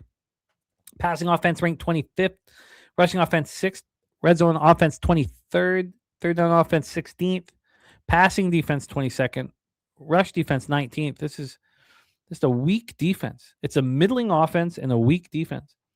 Red zone defense is the third worst in the NFL. They allow touchdowns 72.2% of the time. The third down defense is 20th. They allow conversions 40.5% of the time. Pass rush ranked 9th. Now they're on extra rest and prep. That is very helpful, I would imagine, in a game of this magnitude. Coming off that heartbreaking 29-28 loss at home to the Falcons on Thursday Night Football, they've lost 5 of 6. Noise canceled score was 32-26 Falcons. Falcons were full credit for that victory. They outgained the Bucs 476 to 338. Baker Mayfield was 19 of 34 for 277 yards, 2 touchdowns, 1 interception. And Mayfield, as talked about in the chat, had all of his wide receivers available for the first time all year. Mike Evans back, Jalen McMillan back, activated from IR. McMillan broke 3 vertebrae in his neck in the preseason. Evans broke his clavicle on October 20th, both back. Mikey Evans was a beast, 6 catches for 132 yards. Bucky Irving ran 16 times for 60, caught 11-yard pass. Offense was 4-9 at third down, 3-3 in the red zone. But the defense looked terrible when it mattered most. I mean, I can't get over it. 3rd and 28. 3rd and 28. Yeah. They allowed the Falcons to put up 7.2 yards per play. Falcons went 5 of 11 on third down, 4 of 4 in the red zone. Pass rush finished with 1 sack, 4 quarterback hits, and there were a lot of injuries. McCollum with a hip injury. Ben Bredesen, he's gone on IR now. Tyke Smith with a neck shoulder. You have Dennis, their linebacker. Cade Otton with a knee injury. These guys are all inactive. Tyke, Dennis, Cade Otton, Benjamin Morrison. Now, there's a chance that some of these guys can come back with the longer break, and we'll get a better idea with the Wednesday injury report. Let's talk about the Carolina Panthers here. Next, they host the Seahawks. Passing offense ranked 23rd, rushing offense 16th, red zone offense 26th, third down offense 20th, pass defense 15th, rush defense 25th. Red zone defense 12th. I mean, it's hard to believe, breaking down these numbers, that this is a team battling for the division here. Their third down defense is 29th. They allow conversions 44.9% of the time. This is the second worst pass rush in the NFL. What are they good at? Panthers coming off an ugly 2017 loss to the Saints. Noise canceled scores 21-19 Saints. Carolina is looking for their first playoff berth since 2017. And if they had beaten the Saints, then they would have won the division by beating Tampa Bay here, but that's not the case. Urban Pope said I'd rather buy low on the Bucs than the Panthers. Back Baker on the road, and Panthers haven't been good at home. We have The Panthers outgained the Saints 337 to 281. Bryce Young was 15 and 24 for 163, touchdown, no interceptions. Jalen Coker led receivers of 4 for 60 and touchdown, but he did lose a fumble. Rico Daddle 16 for 49 and touchdown. 9 of 17 on third down, but only had 1 red zone attempt. Defense allowed the Saints to go 6 of 11 on third down, 2 of 3 in the red zone. They can't be trusted. Pass rush finished with 5 sacks, 6 quarterback hits, and then Turk Wharton scratched before the game started with a hamstring injury. He's an important part of that defense. Take it away for us here, Troy. A lot on the line. I did bet the Buccaneers to win the division again and again and again. I've been betting it every year and catching it every year. I just felt like it was plus 100. I had to press the button. Now it's hanging in the balance. Take it away. I think you're in a good spot here. I mean, I feel like even though the Panthers lost, you really can't buy any lower on the Bucs at this point, coming off 2 divisional losses as pretty sizable favorites. This is, to me, one of the most difficult games to handicap on the card, and it's really because the Panthers' Jekyll Hyde nature, beating teams like the Packers and the Rams, putting up those data points, then going out the following week and losing to the Saints, or getting the doors blown off by teams like the Bills or the Patriots. And like buying low on the Bucs makes a ton of sense because they've been on this massive downslide. Starting the season 5-1. Now they just can't seem to win a game. They beat teams like the 49ers, the Texans, the Seahawks. Now they can't beat the Falcons, the Saints, and the Cardinals. It's hard to imagine just the offense just getting healthier is enough to really return them to the form they were in. I don't even know how good that form was because they were winning so close, these closely contested games. A lot of those wins do look lucky now, especially looking back on it. But I feel like the spread it makes a lot of sense. And I do think it's strong being at 3. I think that's favorable for the Bucs. You know, I don't like betting these home dogs. You won't catch me dead on the Panthers in this spot. The Saints held the Panthers to just a 36% success rate while posting a 47% success rate. The Saints won that game. And the same remained true even in their marquee wins this season. You know, when beating the Rams and the Packers, they were not successful down-to-down football, and they were getting outplayed. But they were still able to post those wins. So that's definitely a quality you want to have in a team, obviously. And finally, the Bucs get off the snide. I've been talking about how terrible their success rates have been lately. 53% against the Falcons. The down-to-down success was stronger than it's been in the past 8 weeks. So there's very good data points to talk about with the Bucs, to be honest, with their offense.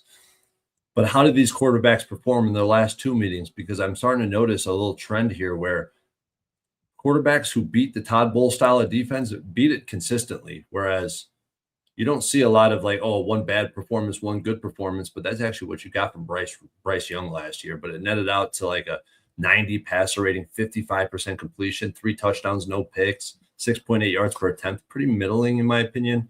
Whereas Baker Mayfield has destroyed this Panthers defense historically. You know, given the matchup and the scheme, I would say Baker's in a better spot.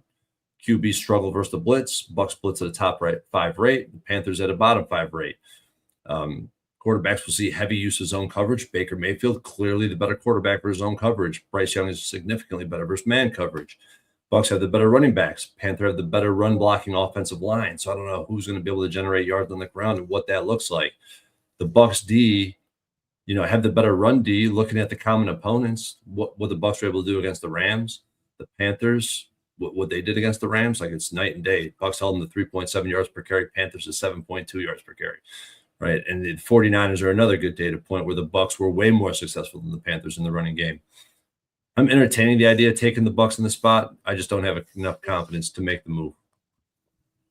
Now, I mean, certain sites or the sites that Dougie Wise are using are saying that the Bucs are public. I don't. The 2 sites that I'm using here don't say that at all. I'm surprised that they're not, though. Do you expect them to be a public side in 48 hours, 72 hours from now? No. I mean, I feel like it's 50-50 right now based on action. 45. The sharp money is on the Bucs, and the line has reacted to it. That's actually a really good data point to check in the history. Sharp action in the market I'm currently looking at with the line moving towards the under as well in this price range late in the season. 75% is the bigger bets on the spread. Even if you omit the line movement towards the under, probably, yeah, I would say that the line does. This market favors the Bucs. I think it will end up favoring the Bucs. I just have to be very selective. I'm on a lot of favorites, and I just don't know if this one's going to make the cut just because I wish the Panthers had won last week. Yeah, that would have been much better setup. Yeah, I feel like the Bucks come to play. I think it's an easy thing to say, and also I don't need to move on it. All I have to do is sit back because I've got the divisional bet, so it's as if I've already got them. But I kind of still want to bet the Bucks, but it's a vividness bias that I'm dealing with. And I've been a Panthers backer a lot of times this year. I feel like the Bucks are just champing right now after that 29-28 loss with extra rest, extra break, sitting in that loss, feeling that loss. And now they're going to, show out in Carolina. I'm interested in the Buccaneers. I'm interested. Let's roll on here. That concludes 1 p.m. games. We move into afternoon action. 4:05 p.m. Eastern. The Jacksonville Jaguars, 10-4. 10-4. These two teams, come on. These are two teams that I've literally left in the gutter, left in the fucking mud. So the Jags at 10-4 is insane to me. The fact that the number one seed is, it's now looking less likely, but it's just unbelievable that the Jags are even up in this realm. Broncos 12-2, undefeated at home. Home being Empower Field, Mile High, Denver, Colorado. We're not getting any weather games. This is another beautiful day. 58 Fahrenheit, mostly cloudy, 2-mile-per-hour winds. Let's get into the line history here for Jaguars Broncos. We have a total at 46. The look ahead was 43. It reemerged at 45, and it's now at 46. I mean, the weather's gorgeous. That might be part of it. From a point spread standpoint, we have here we go. We have the Broncos -3 at -115. The look ahead was -3, got down to 2.5, and then came back to 3. It reemerged at a 3, but it was plus 100 for Denver, and there's been a 15-cent move towards Denver at the 3. It's wild that this is a 3, too. I mean that we had Old E in our live stream pitching games to the Nuke worker who hadn't looked at the lines for the next week, and Nuke was nailing them. And then this one, he thought this should be a 6. I mean, 6 is a little much, but 3 did surprise me. Let's get into 3, meaning the Broncos being laying 3 is a surprise. Yeah, I thought it'd be more. I thought it'd be over 3. That's all. I just thought it'd be a juice 3 or 3.5. That's all. And maybe it gets there. Not by much, right? Yeah, right. I hear you. The flat 3 or the reemergence at 3 at plus 100 threw me for a loop. That I did not expect that at all here. Oh. And maybe it makes sense. And let's see if we can make it make sense cash flow wise here. And also, I've been staying away from Jaguar games, and it's helped me because I've had them wrong. Look, Trevor Lawrence coming off throwing 5 touchdowns. I mean, I took Trevor Lawrence's under his passing prop. He set his career high in passing yards. But it was the Jets that messed that all up because, like, if you would have done that, the similar ideology would have been in the Eagles game. Yes, sir. Right? Exact same ideology. They win 31-0, and Jalen Hurts only throws for 175 yards. So the ideology still works in a lot of spots. It just that was just a weird situation. Yeah, and the Jets were keeping up with them early. Like they were definitely threatening, forcing. Yeah, exactly. And the Raiders didn't know. That's the thing about on those spots. You need the team that's going to get destroyed to not threaten at all. Just lay down. Yeah. So we have cash flow wise, 68% of tickets, 69% of cash on Denver, 89% of tickets, 88% cash on the over. Let's roll here. We have the Jags who are at the Colts next. Now, that's not as important as it looked like it was going to be, but still, it's, I guess the Colts are out of it now. Passing offense ranked 9th, rushing offense ranked 23rd, red zone offense ranked 13th, and their third down offense ranked 25th. It's amazing that this is the 9th ranked passing offense in the NFL. Their defense has been strong and getting stronger. Pass defense now ranked 6th. That's impressive. Rush defense ranked 9th. Red zone defense 16th. Third down defense being a problem all year, ranked 26th, 41.9% They allowed the opponent to convert 41.9% of the time. Passing rush ranked 21st. Coming off a dominant 48-20 victory at home over the Jets. Noise canceled scores 41-15. Outgained them 438 to 284. Trevor Lawrence was 20 of 32 for 330 and a career-high 5 touchdowns. He didn't have a turnover for the third straight game. His passer rating of 136.7 was the best of his 5-year career. Jacksonville scored touchdowns on his first 3 possessions for the first time since... What's your guess, Troy? Touchdowns on the first 3 possessions for the first time since 2017 with Bortles. 1998. Holy shit. That's how terrible this franchise has been. They topped 40 points through 3 quarters for the first time since 2005. Wow. Just crazy. Double-digit victories for the second time in 18 years. Wow. Travis Etienne ran 12 times for 32 yards, caught 3 passes for 73 yards and 3 touchdowns. Jacoby Myers caught 5 for 71. Jags put up 7.4 yards per play, 4 of 9 on third down, 4 of 6. Mark Brunell, you're right. You're right. Tell me you didn't just say it. You're right. 4 of 6 in the red zone. The defense shut down the Jets, held them to 4.2 yards per play. The pass rush finished with 3 sacks, 7 quarterback hits. Antonio Johnson, Ventrell Miller, Monteric Brown, all at interceptions. Now, Tootin has a finger injury, and Danny Strigo has an ankle injury, defensive end. So have to see on the injury report tomorrow. Let's talk about the Broncos. We thought we had a classic on our hands on Christmas Day. Broncos at the Chiefs. We don't. So there's not a look-ahead spot for the Broncos that we thought might be ailing them here in this spot. Passing offense ranked 14th. Rushing offense ranked 14th. Red zone offense ranked 10th. Third down offense ranked 12th. So it's a above-average offense. Pass defense ranked 11th. Rush defense 6th. This is the best red zone defense in the NFL, has been all year. They only allow touchdowns 38.5% of the time. This is the best third down defense in the NFL, has been all year. They only allow conversions 31.9% of the time, and their pass rush is ranked 12th, coming off their 11th straight win. 34-26 victory at home over the Packers. Noise canceled score was 34-24 Broncos. Bo Nix 23 of 34 for 302 yards, 4 touchdowns, no picks. Cortland Sutton led receivers with 7 catches for 113 and a touchdown. RJ Harvey ran 19 times for 65 yards and a touchdown. He also lost a fumble. Offense was just 6 of 15 on third and fourth down, but was a perfect 4 for 4 in the red zone. The defense bent but didn't break. Held the Packers to 7 of 16 on third and fourth down. Shut them down in the red zone. Where the Packers scored once in 4 tries. Pass rush had 3 sacks and 15 quarterback hits. Surtain had that huge interception. Riley Moss also had an interception. Brandon Jones got hurt and didn't return. He's done for the year. Safety Brandon Jones was placed on the IR. Will miss the rest of the season. Troy Torrence, take it away, man. Can't wait to hear the breakdown. Jaguars, Broncos. So I have moved on this game, and if you've been listening to what I've been saying the past few nights as I've been on the show and what I've said on Twitter, it's because I believe in what I've seen from Bo Nix. Even when Micah Parsons, what is he, Eastern European? Micah Parsons, when he was in the game, what I've seen from Bo Nix was just damn impressive. His ability to play with anticipation. His mechanics were spot on. Unlike J.J. McCarthy, Bo Nix's mechanics were spot on.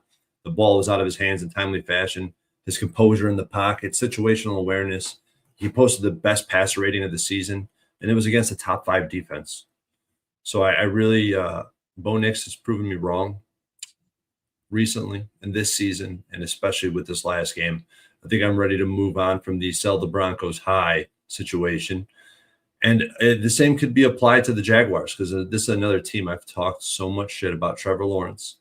And he just had the most explosive game that we've seen from him in years.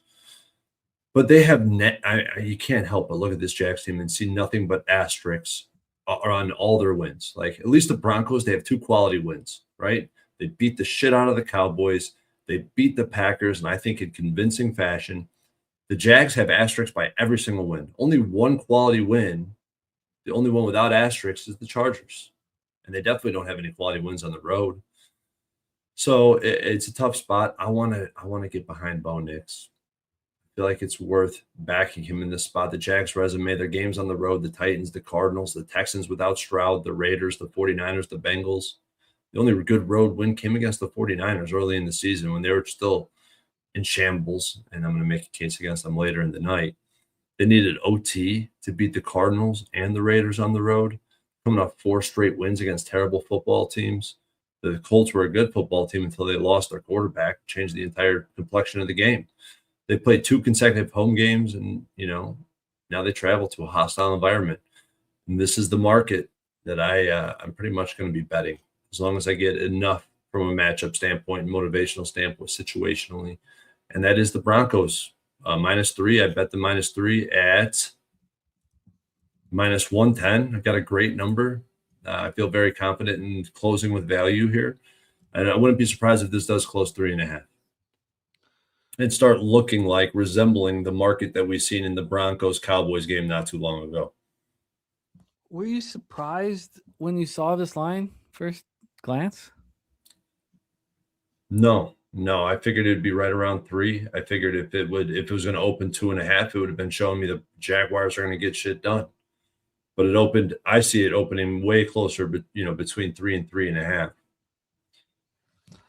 BOL opened it at 3 at plus 100. I was astonished at that. See what Circa did, because the one I've been documenting, because I found that the one that I've been using, the sharp offshore that you know of, is the closest thing that we have to Pinnacle after I did some line assessment. Oh, I agree. That is so let's see what Circa did with this 3. Where'd they open it? I got it. Jaguars open Circa. So right now they're 3 -115. It opened 3 -110. So yeah, you get the whole range of 3, right? +3 or -3 plus 100, -3 118. Huh. -122 was the 3 at Chris. Look, I agree that. Do you also like the fact that there's no longer a look ahead spot? Yes, there's no look ahead. I mean, the Broncos, what do they have left remaining this year? I mean, the Broncos they have Kansas, or no. Yeah, they do. They have Kansas City and the Chargers, but the Kansas City, we know they're decimated now. This is not a look ahead spot. This is it. Like, right? This is for the AFC. Yeah, it is. I agree with you. I've got to sit with it for maybe a little longer. I don't know why they would open up -3 at plus 100. And nobody cares what the Jags have been doing. We care How about. long did it stay there for? It couldn't have been very long. You're right. It stayed there. No, it did. It stayed there for 16 hours. Why were they so off color with everybody else? 16 hours it sat there. I mean, I agree. The line coming out in such a confusing manner makes me want to. It makes me want to. But God, you gotta fade Trevor Lawrence off 5 touchdown passes against the Jets, don't you? Yes, you do, Jimmy. Yeah. Yes, you do. Don't think about it, dude. Don't think about this one, man. I think this line opened at a much harder 3 than plus 100. I know what you're referring to, though. Yeah, I mean, it's just very strange. 2:46 a.m. It opened up at the. This is on the 14th. I guess that's not right. I guess that's what it. Sorry, I take that back. I guess that's what it closed at, because it reemerged at the -115 at night. I guess I'm screwing that up because it's on the 14th, but it's 2:46 a.m. So that would have been before the games were played. Yeah. So that's the closing. So that's the closing line before the reemergence. It reemerged at the -115, which makes more sense. Okay, so I screwed that one up. I didn't realize that was 2:46 a.m. before the games played. Dougie Y says this is a massive buy high on the Broncos. Sure. What do you call it on the Jags? And that's a legitimate statement about the Broncos. What do you call it on the Jags, though? They just beat the Jets 48-20, and Trevor Lawrence had a career high 5 touchdown passes. And they've scored over 25 points in every game they've played since their bye week. Let's roll on. I agree with you. I agree with you. I agree with you. Let's leave it at that. Let's roll on 4:05 p.m. Eastern. Atlanta Falcons, Arizona Cardinals. When it came down to it, when we were working with Kyle, and it was what is your best, my best spot on the board. I thought it was the over in the Cardinals Texans game. And first half over, full game over. I mean, it was 17-0 before you blinked. And then what happened was the Cardinals came back because the Texans were up so much and they could let go a little bit.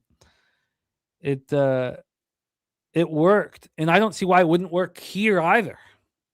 State Farm Stadium in Glendale, Arizona. Let's get the line history up here for Falcons, Cardinals. I mean, at this point, are the Cardinals not just I'm not an overbetter, but if you were, wouldn't they be your wildest dream here? Yeah. Brissett's going to throw the ball 45 times. They can't move the ball on the ground. I mean, Michael Carter just had an okay game, and it was still pretty shitty. This look ahead was a pick'em, and then it reemerged at a 2. -2 for the Falcons. Now the Falcons are -2.5 at -115. From a total standpoint here, we have a 48. The look ahead was 45. It reemerges at 46. It's already gone up to 48. Damn. I probably should have had this all occur to me earlier. All right, let's get into the cash flow. Not that it occurred to me. I should have just, 53% of the tickets and 91% of the cash is on Arizona. Are we supposed to believe that? Well, if that is the case, then the books are pointing and laughing at whoever made the big bet on Arizona. I understand selling Atlanta high. 93% of tickets on the over, 92% of cash on the over. And it climbs and climbs. So let's roll. Let's start with the Falcons. Next, they host the Rams on Monday Night Football. Passing offense, 22nd. Rushing offense, 11th. Red zone offense, 11th. This is the 4th worst third down offense in the NFL. They convert 31.9% of the time. Their defense is worse than their offense. Pass defense, 24th. Rush defense ranked 24th. Red zone defense has been okay, 15th. Allowing touchdowns 58.1% of the time. Third down defense, 19th. Allowing conversions 39.8% of the time. The pass rush, 13th. Falcons coming off extra rest and prep after defeating the Bucs 29-28 in Tampa on Thursday Night Football. Noise canceled score was 32-26 Falcons. Falcons outgained the Bucs 476-338, and they had to overcome, as was texted to me a few different times from Troy Torrence, a franchise record 19 penalties and a 14-point fourth quarter deficit. Impressive. Cousins with 30 of 44 for 373 yards, 3 touchdowns, and 0 interceptions. Kyle Pitts caught 11 for 166 and 3 touchdowns. I've never seen anybody look as dominant. I mean, it was like he looked like he was 6'10". He looked like he was playing against these 5'10" defensive backs. He got whatever he wanted, and he was always wide open. Like the whole thing was just insane. 11 catches, 166 yards, 3 touchdowns. Bijan Robinson ran 19 times for 93 yards touchdown, and he caught 8 for 82. He did lose a fumble. Falcons put up 7.2 yards per play, 6 of 12 on third and fourth, 4 of 4 perfection in the red zone. But the defense is a problem. They allowed the Bucs to go 3 of 3 in the red zone. The pass rush did have 5 sacks, 7 quarterback hits. D. Alford had an interception. Drake London inactive with the knee injury. He may be shut down. We'll find out more on the Wednesday injury report. And Mike Hughes, their cornerback, dealing with an ankle injury, left in the first quarter. So we'll get a better idea in tomorrow's injury report. The Arizona Cardinals, they're at the Bengals next week. Passing offense 18th, rushing offense 26th, red zone offense 18th, 57.4% touchdown rate. Their third down offense is 7th. They convert 42.3% of the time. Passing defense 19th. Rush defense is the 3rd worst in the NFL. The red zone defense is 19th, and third down defense 16th. Pass rush 25th. Cardinals come in off an ugly 40-20 loss at Houston. Their 6th straight loss. Their last win was November 3rd against the Cowboys. Noise canceled score was much better. It was just 31-27 Texans. Cardinals had -7 yards of offense and were down 17 before they started rolling late in the first quarter, and they rolled. Jacoby Brissett, 27 of 40 for 249, 3 touchdowns and a pick. McBride caught 12 for 134 and 2 touchdowns, but the ground game struggled once again. 21 carries, 72 yards. Not that bad, I guess.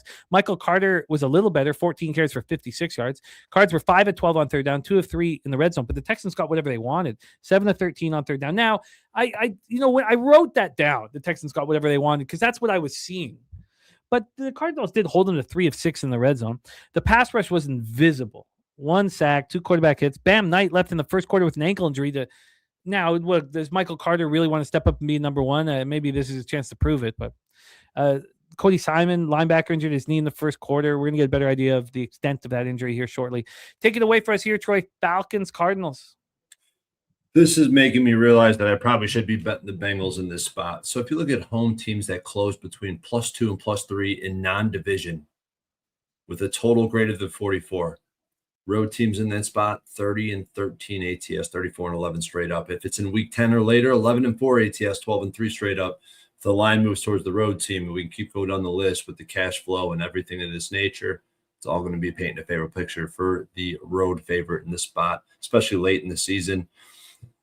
I immediately want to look to buy the Falcons in this matchup. I know it. They're coming off a primetime win. They have not been good coming off primetime wins. But when you look at their body of work, you look at their roster, you look at Kirk Cousins and Raheem Morris that are going to be fighting for their jobs. They're fighting for their jobs in the future in the NFL.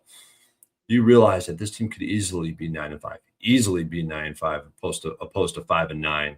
They lost to the Jets by 3. Noise canceled. They won by 14. They lost to Carolina in overtime. They were up double digits in that game. Lost to Indy in OT. Came down to 1 or 2 plays that decided that game. Same applies to the Patriots loss. They lost by 1 point. The issue, obviously, with backing this team is they haven't put together 2 quality back-to-back weeks all season.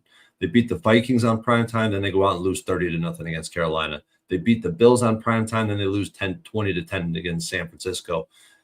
They beat New Orleans 24-10, then they lose to New York, a game they should have won 9 out of 10 times. The difference is in 2 of those wins they were on prime time, the last games of the week on Monday Night Football. This is a Thursday Night Football game, so it does give them extra time to prepare, not necessarily the same exact spot. And obviously Kirk Cousins is that quarterback, which he has not been off a primetime win yet, and we haven't seen that yet. So I feel like the fact of the matter is Atlanta is significantly better than Arizona on both sides of the ball. That's why we're seeing the line the way it is. Offensively, they got a quality offensive line, elite talent at the skill position, an old but capable quarterback. And defensively, they got a defensive front that applies pressure. They got a superstar at linebacker. They got a veteran secondary. There's a lot to like there. The only edge that I could attribute to the Cardinals team is a coaching advantage. But let's be honest. I feel like the Cardinals are in sweepstakes for the first overall pick, and they're not going to want to blow that. The coaching staff for the Cardinals is not threatening to be fired as far as I could see. And I think we watched the bottom fall out for a reason. They went from competitive every single game to getting blown out on the weekly. If this was a primetime game, I'd probably be singing a different tune, but we got Kirk Cousins versus heavy zone coverage. We got a Cardinals defensive line that does not apply pressure. They struggle to exceed 30% pressure on a weekly basis. And the Atlanta rushing attack should be just fine in this spot after watching these teams run the ball against this team. So, yeah, I'm on the Falcons -2.5. I got it -110. I got a good number. I think we closed between 2.5 and 3. Yeah, I mean, I completely get the Falcons. My concern, which is the same concern as the Broncos, is just if this feels a little too easy. I certainly want the overs. What's keeping you off the overs? What's the difference? I mean, if the Texans, the Falcons offense is as good or better than the Texans offense. Is that fair to say? Yeah, that's fair to say. The Cardinals should put up more points against the Falcons than they put up against the Texans. I mean, is this just a smash and grab over once again?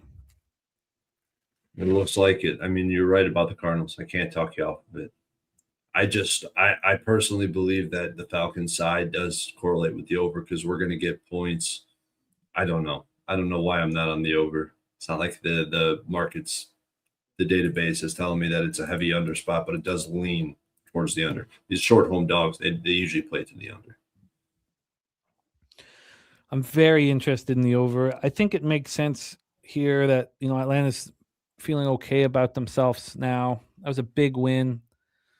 I mean, as the possible letdown spot goes away, because you're right, Raheem's getting fired at the end of the year. Arthur Black hasn't said so, but you have to imagine that's going to happen. So he's coaching for a future job, and Kirk Cousins wants to stay in the league. So, I agree. I agree. Oh, the over is for sure.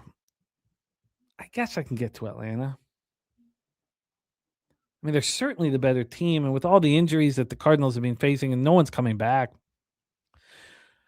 All right, let's talk about a big one here. A big one. 4:25 p.m. Eastern with the Pittsburgh Steelers, 8-6, 3-3 on the road at the Detroit Lions. 8-6, 5-2 at home at Ford Field in Detroit, Michigan. Let's get into the line history here for this one. We have a total of 52. The look ahead was 50. It dropped down to 49.5. It reemerged at 50 and got up to 52 here. From a side perspective, we have these Detroit Lions -7, -108. Look ahead was 6. It reemerged at 7. It got bet to -6. Sorry, it got bet to -6.5, -115, and then reemerged at the 7. So Lions are big favorites here against the black and yellow Steel Town. We have 67% of the tickets, 76% of cash on Detroit. Circus moved the lines to -7, juice to -115. Only DraftKings has them 2 at -115. Total wise, we have 85% of tickets on the over and 90% of cash on the over. So we'll start with the Steelers. They're at the Browns next. Passing offense ranked 24th, rushing offense 20th, red zone offense ranked 3rd. Steelers are scoring touchdowns 66.7% of their opportunities, and old man Rodgers making it work. Third down offense ranked 14th.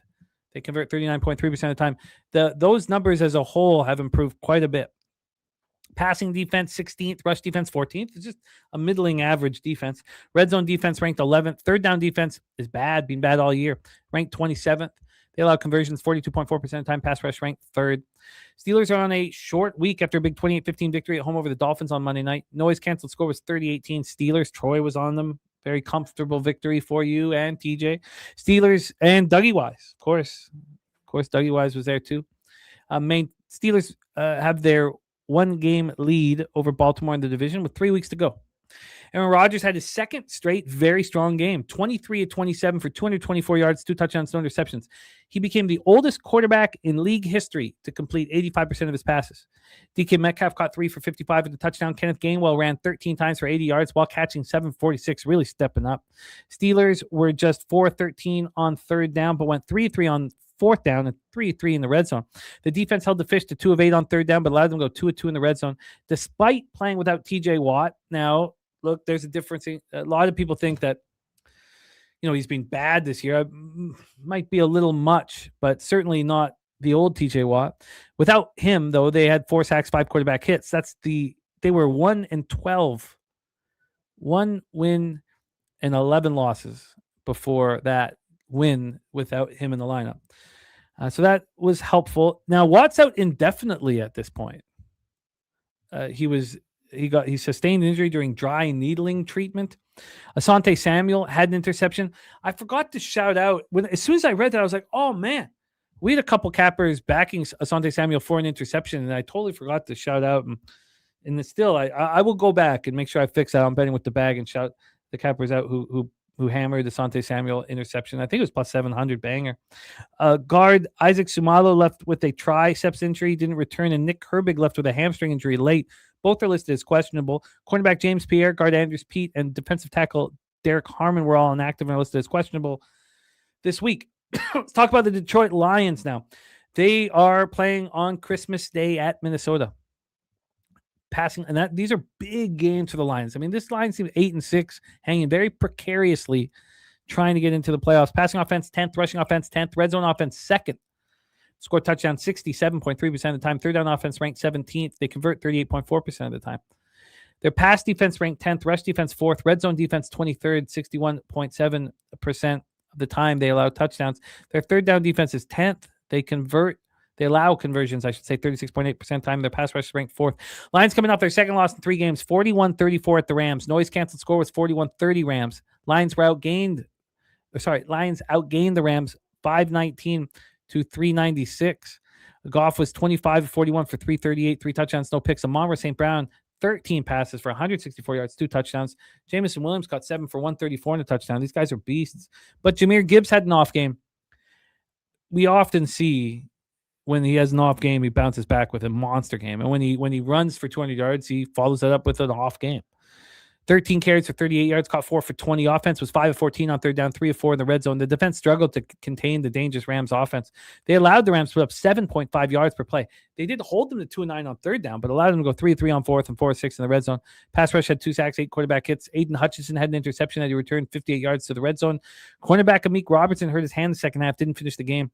As we know, Brian Branch tore his Achilles 2 weeks ago. Safeties Kirby Joseph and Thomas Harper were inactive. Those two are listed as questionable this week. Of course, Branch done for the year. Take it away for us here, Troy. You have had a beat on these Steelers, man. Week in and week out. You've known the story that's about to be told. What's the story this week? Take it away. I love this spot. I guess it's not a surprise to anyone at this point. I feel like this is the perfect spot to fade the Steelers. And you got the Lions that are in a great spot coming off a loss where they've been historically dominant. They're also in a must-win spot for their playoff hopes, so there's great balance in terms of this market, and everything is just skewing towards the Lions so significantly. The Steelers off 2 consecutive wins. They jumped on the Ravens early, and they were lucky to pull it out late. Then they bullied a bad Miami football team in a terrible spot with 2 outdoors. Now the Steelers have to travel to what I consider is a scheduled loss based on the history of this market and based on the history of the Lions at the house. The Steelers on the road off a win against a great offense in a perfect environment. I mean, this team is 1-4 straight up in ATS this season on the road off a win. Why would we expect that to change? I think this game is going to most closely resemble the Steelers versus Bills matchup, where the Steelers defense is Jekyll and Hyde. Now they're Hyde, and they get destroyed. There's a team that can load up on the front and run the football. I feel like the offense are going to find success. We know the Steelers' defense is vulnerable against the run. We've seen it versus the elite offenses that they played. They can stop the run, but they have to allocate 7 assets to do so. And we know Goff is fully capable of taking advantage if they want to load up that box. And Goff is indoors, this Lions team on a fast track. He's going to expose them. Look what Goff was able to do against the Rams. 111 passer rating, 8.2 yards per attempt, 3 touchdowns. So how does the Lions defense fare against the Steelers? I think this is where I love the matchup the most. The Steelers offense wants to do 2 things. They want to run the ball and they want to win in the short passing game. The Lions have a top 5 defense against the run on the season, and they play man defense, which plays best against the short passing game. Their defensive production is highly correlated with ADOT. The higher the ADOT, the worse the defense plays. The lower the ADOT, the better the defense plays. There's a 100% correlation. It's not just moderate, it's strong correlation. Stafford, 12.8 ADOT. Dak, 10.8 ADOT. Love, 12.5 ADOT. What is Rodgers? What is his ADOT on the season? 6.2. That's 44th in the NFL. That's the lowest mark in the entire NFL. The Steelers' offense is just simply not built to beat man coverage. Only one vertical threat. The Lions D they've proven, if anything, that they could defend the 50-50 ball. The 50-50 verticals that you see thrown down the sideline when they're throwing it to Evans, they defended that pretty damn well. I mean, everybody we've seen, when they threw it to Watson, only 1 catch, but they kept throwing that ball deep downfield. If they only allow 1 deep ball to DK Metcalf, I'll be very happy with that. So I don't think they're going to have the luxury to do that. Maybe they hit 1 to DK down the sideline. I just think all the elements align here. You got the market advantage, the matchup advantage, and the motivational advantage. I'm on the Lions. I got them 3 ways currently. I got the Lions -6.5, -120. Posted that in Discord. I got the Lions double result at a bad number right now. I think it moved down to -115, but I got -120 on the double result. And I have the Lions teased with the Bears. Lions -0.5, Bears +7.5. Oh, yeah. I've written that one down already. I like it. I agree. Short week for the Steelers as well. You know, you have Rodgers flying high. And, you know, this Steelers rush defense, 14th. Pass defense, 16th. Third down defense, 6th worst in the NFL. I like it. I think you're on the right track for sure. It's a big line. the Lions need to step on the gas pedal, man. I like it. Sasha on it as well. I like it. We have Troy moving heavy on the Lions. I agree. I think it makes a ton of sense. Dougie Wise says parlaying the Lions is looking for a dance partner. Let's roll on. Next up, 4:25 p.m. Eastern with the Las Vegas Raiders, 2-12, 1-6 on the road. The Houston Texans, 9-5, 5-2 at home. We're at Energy Stadium in Houston, Texas. Line here, we have Houston -14 at -110. Look ahead was 12.5. It got bet down to 11.5. Reemerged at 14, strong 14. But it's not moved since it reemerged. Totals wise, we have the 38.5. Look at it was 37.5, reemerged at 38.5. So that's where it is at 38.5 right now. We get to the cash flow here. We have 95% of the tickets and 88% of cash on Houston. So that's no surprise. There are some 14.5s out there. 86% of tickets on the under and 74% of cash on the under. Ziggy Balls moving on the Raiders against the spread here. Let's talk about the Raiders. They host the Giants next week. Passing offense ranked 28th, rushing offense ranked 30th. Will Geno Smith come back? We'll have a better idea tomorrow. Pete Carroll's being just not letting us know at this point. So we'll find out. We'll have a better idea Wednesday's injury report. Red zone offense ranked 25th and third down offense ranked 28th. This is the worst pass defense in the NFL. The fourth worst rush defense in the NFL. This is the worst third down defense in the NFL. They allow conversions 48.9% of the time. The 20th ranked red zone defense, 23rd ranked pass rush. Raiders coming off an awful 31-0 loss at the Eagles. Noise cancel score was 37-4 Eagles. Win snapped the Eagles 3-game losing streak. They they wanted to win that game and they dominated. Raiders were outgained 387-75. Offense got 1.8 yards per play. Kenny Pickett starting in place of Geno Smith, 15-25 for 64 yards and 1 interception. So again, Geno's dealing with shoulder and back injuries. It's unclear. We'll find out tomorrow at practice. Brock Bowers led receivers with 6 catches for just 28 yards. Ashton Genty ran 9 times for 35 yards, also caught 4 passes for 7. Raiders only had 7 first downs all game long. They couldn't get stops. Eagles were 10 of 13 on third down, 3 of 5 in the red zone. Max Crosby did have a sack, and that was the only hit on Jalen Hurts all game. Tyler Lockett is questionable with a wrist injury, so a weak wide receiver group could be even weaker. Then we have the Texans. They're at the Chargers on Saturday. Big game coming up. Passing offense 19th, rushing offense 22nd. Still the third worst red zone offense in the NFL. They score touchdowns 44.9% of the time. They're 22nd ranked third down offense, converting 37.5% of the time. Defense is their hallmark. They're 8th pass defense, 3rd rush defense. This is the 2nd best pass rush in the NFL.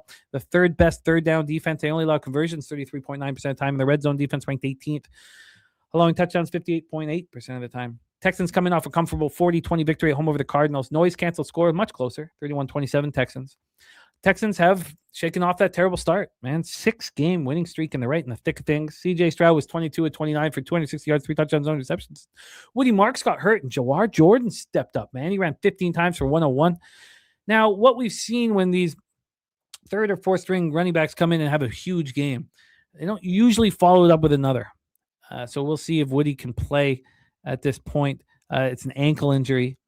Nico Collins caught 3 for 85 and 2 touchdowns. Pass rush had 2 sacks, 3 quarterback hits. Laster had an interception. Defensive tackle Mario Edwards sustained a chest injury. We'll find more about it on tomorrow's injury report. Take it away for us here, Troy Torrence, Raiders, Texans.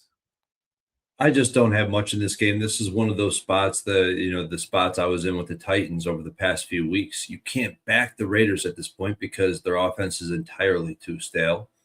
You can't fade them because they're priced at the lowest they've been all season. So this is, and the same goes on the contrary, right? This is the epitome of buy low and sell high. You can't buy any lower than the Raiders. You can't sell any higher than the Texans. But I just do not have the guts or the history or the support from the matchup that suggests the Raiders could even put up points in this game.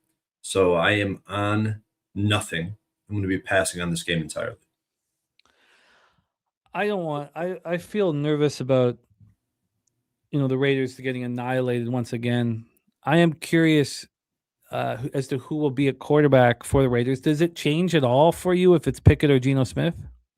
No, I don't think there's much of a difference between the two. Geno's probably slightly better. Oh, Kyle Miller, exciting that you're still in the Survivor, man. Bucks knocked me out 2 weeks ago. If anyone in the chat can help our guy Kyle here, Broncos, Tampa, Chiefs, Vikings are who he has left. That's exciting, man. Congrats. I'd need to sit with it a little while for me to make a thoughtful answer to that. What were the teams he has left? He's got Broncos, Tampa, Chiefs, and the Vikings. Broncos. Yeah. Yeah. Throw it out there. Not even no thoughtfulness going into it. Just I would have to sit with the Broncos and Bucks, but you tend this deep to stay away from the road teams. Right. Let's roll on to our next spot. It is our Sunday nighter, 8:20 p.m. Eastern, with the New England Patriots 11-3, 6-0 on the road. The Baltimore Ravens 7-7, 3-5 at home. M&T Bank Stadium, Baltimore, Maryland. This is going to be extremely fun. Troy, we'll have our Baltimore futures flailing. We expect the Lions to have beaten the Steelers, and then we'll need the Ravens to step up here. Will it happen? Well, let's discuss. 38 Fahrenheit, partly cloudy, 11 mile per hour winds. Let's get into the line history here for this one. We have a total of 48, which does seem high to me. The look ahead was 48. It reemerged to 48. There's only a 2-cent difference from the reemergence.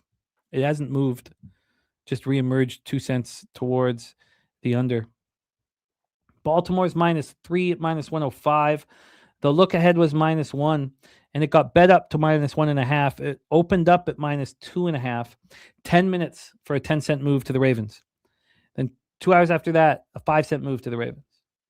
Then it kind of bounced back and forth until yesterday, till Monday afternoon. It moved to 3.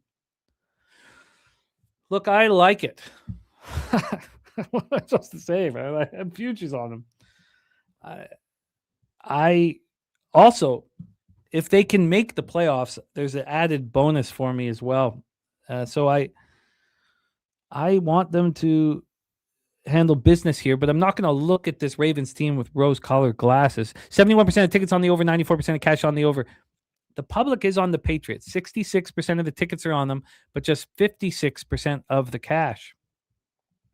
Dougie Y saying, am I crazy to want the Ravens here? I mean, they're the favorite here. I like it. We have Ziggy Balls, Ravens moneyline action. Jackson, Ravens -3.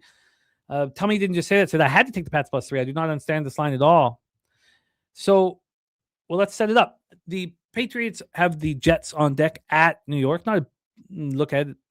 Passing offense ranked 4th, rushing offense ranked 28th, red zone offense, and that's come down. That's better. Remember, we were talking about the 32nd ranked rushing offense for most of the year, so they had a big game. Travion Henderson just went for 14 carries for 148. Third down offense 6th. They convert 43.1% of the time. Pass defense 5th, rush defense 21st. The red zone defense has been the worst in the NFL all year long. When is it going to hurt them? Well, last week. Third down defense ranked 11th. Pass rush ranked 19th. Patriots coming off a tough 35-31 loss at home to the Bills, snapped their 10-game winning streak. They were outscored 28-7 in the second half. Noise canceled score was similar, 34-30 Bills.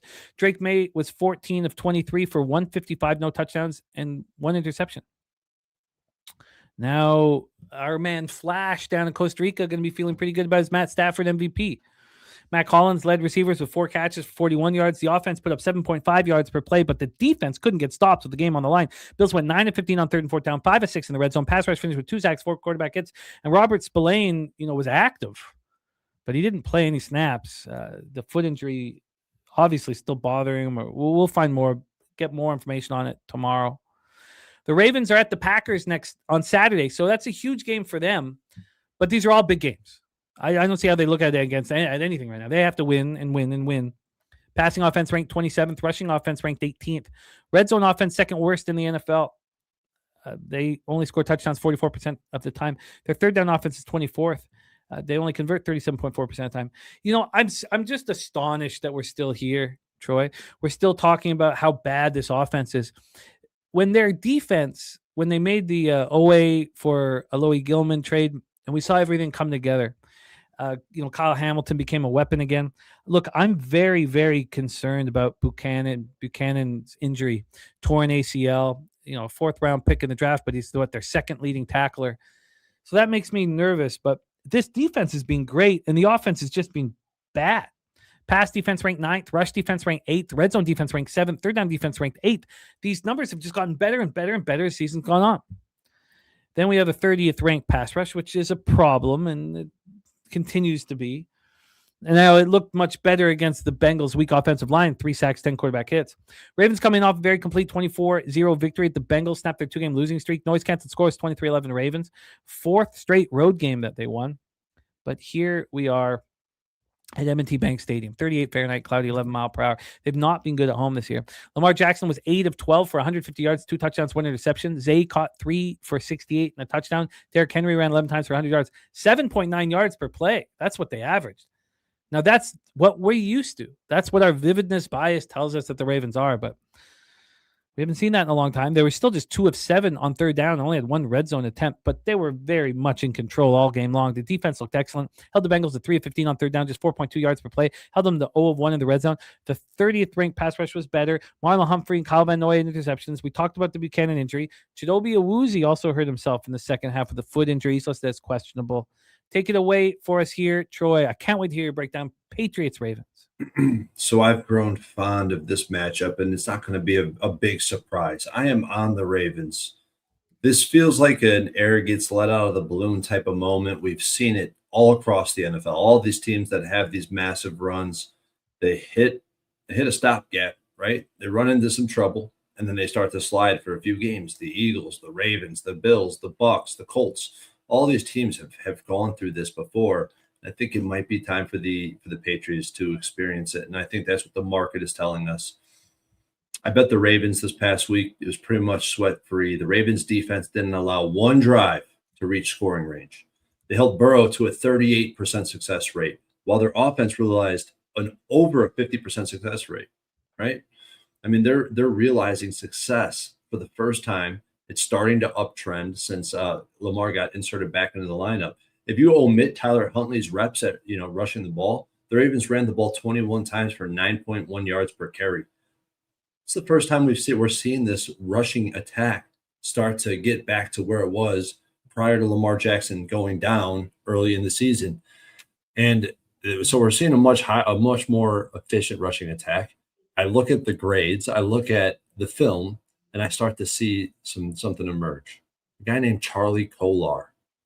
What this guy is putting on film right now makes me want to double down on my Ravens futures, because the insane effort this guy gives in the running game is second to none. It's got to be pointed out. He's grading out as the best tight end on this lineup. He's starting to get more and more snaps as the season goes on, whether it's reaching, chip climbing, push cracking, 100% all in every single rep.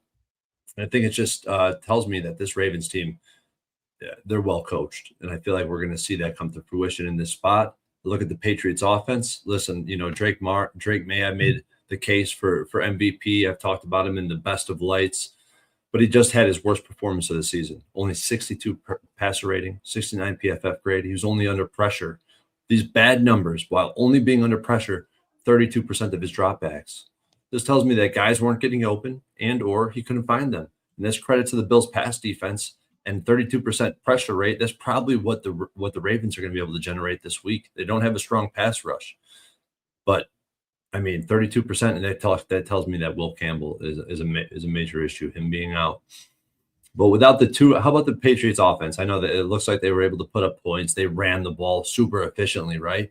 Well, if you omit the 2 carries that went for over 50 yards, they had 23 carries for 51 yards or 2.2 yards per carry. They were not having sustained success on the ground, and they're not going to have it in this game either, because the Ravens defense has been so good against the run. They've been great against the run. They've been great in coverage. They just can't generate a pass rush. And I think that the coverage style from both of these teams, both the Bills and the Patriots, or the Bills and the Ravens alike, are very similar in structure. So, it's just one of those situations. Air got let out of the balloon. The easy strength of schedule that they've been seeing. Now they go on the road against a team that's extremely desperate. The books are telling me I'm looking at Action Network right now. We're looking at over 70% of bets and cash on the Patriots, and the bookies are fading the shit out of it. So yeah, I'm on the Ravens -2.5, -120. Yeah, I agree.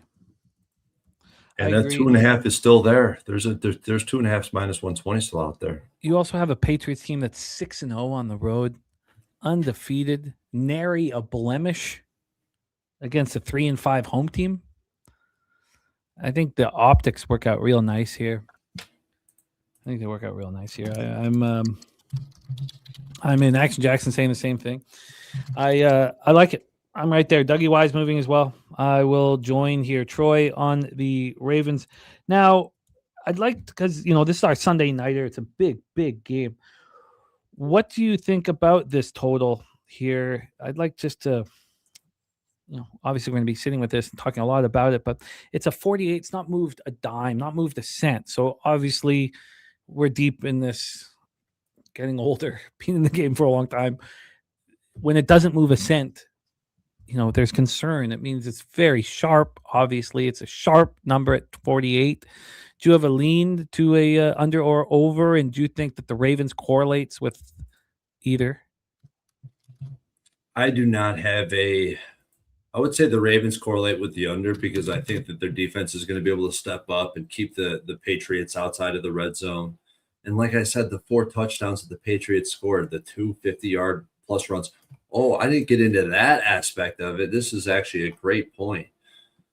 If you're hoping for those 50-plus yard runs to continue, I would say good luck, because the Ravens haven't allowed more than a 10-yard run in the past 2 weeks. They've kept the opposing running backs' longest run under 10 yards. They haven't allowed more than a 20-yard run since week 5 against Houston, when they were missing half their defense. And that's omitting quarterback runs, right? Quarterback scrambles. That's just looking at running backs. Yeah, I think the Ravens correlate with the under. We also have the M&T Bank Stadium non-heated field. So we're going to have that hard field. You guys know it's the Packers. So Lambeau, Arrowhead, Link, Acrisure, and Empower at Mile High are all heated fields. The new Buffalo Bills Stadium will have a heated field, but this one does not. You've talked about playing on the hard ground and how the first half you're just trying to figure it out. You go into the locker room at halftime, second half, you got it figured out, you're ready to roll. I mean, I don't want to apply that to Tua necessarily yesterday, but look at the Dolphins offense. I know it really took until the late in the third quarter when they were already trailing by significantly, but that's the most recent example that would support that. I talked about it on the show and moved on to live over 26.5 and the live over. First I moved on live over 29.5, then I moved on live over 26.5 because I talked about exactly what you told us when you played for NIU. It's just I bet you that angle that you've given us is going to make me a lot of money in my lifetime. I'm gonna have to get onto it as well. I seen you moving on it yesterday. I should have joined. I really think it's going to keep paying for in perpetuity, is what I think. So in saying that, though, that's the reason why I need to bet first half unders and full game unders when I move on totals. I agree. I think this is another game. I think this is a highly contentious football game.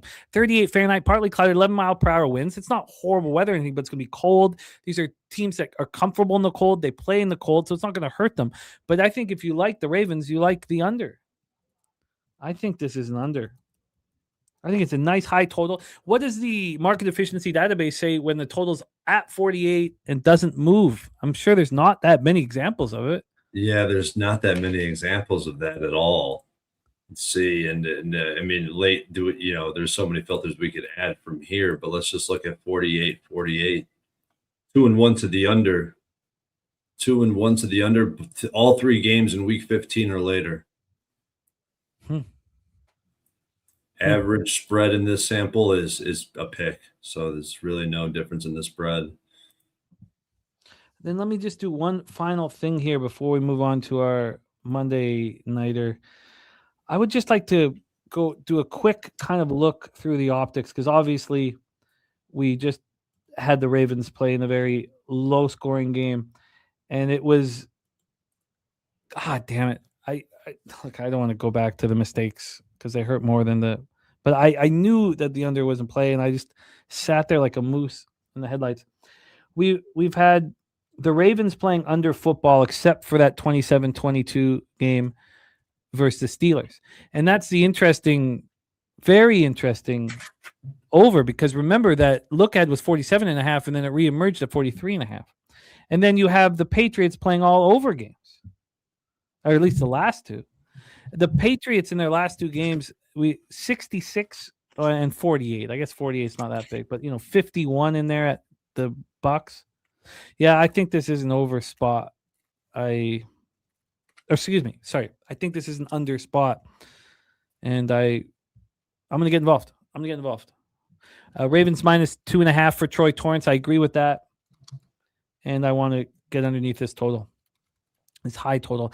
Let's talk about the Monday nighter. Monday, December 22nd. We have the San Francisco 49ers 10-4, 6-2 on the road at the Indianapolis Colts 8-6, 6-1 at home. We're at Lucas Oil Field in Indianapolis, Indiana. Let's get into the line history here. We have a total at 46.5. I would say it seems high based upon Phillip Rivers, but the Niners are putting up points with ease, and their defense is just weak. They're playing with such character, but their defense is just not, with losing Warner and losing Bosa and others. This total look ahead was 46. It reemerged to 46.5. Even saying that, we know the kind of football that the Colts are going to be playing with Phillip Rivers at quarterback, and it's just clean, accountable football. The 5.5 was the opening line on the look ahead. It got bet up to the 49ers minus 6.5. It reemerged at 6.5 minus 125 towards the Niners.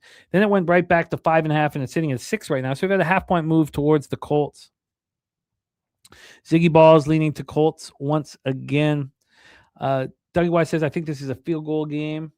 Let's get into the cash flow here for our Monday nighter. We have 89% of tickets, 94% cash on the Niners, 60% of tickets on the under, 85% cash on the over. A very confusing marketplace.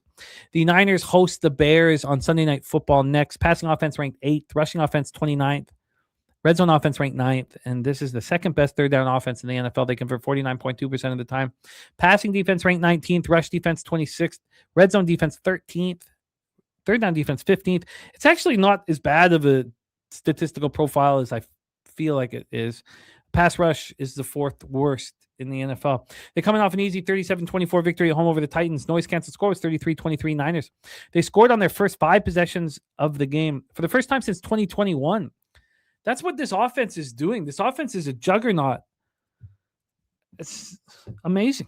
Brock Purdy, 23 of 30 for 295, 3 touchdowns. He also ran 7 times for 44 yards. He did lose a fumble. Ricky Pearsall led receivers with 6 catches for 96 yards. He hurt his ankle on the first play from scrimmage, came back to catch 6 passes for 96 yards, and then left the game late with a knee injury.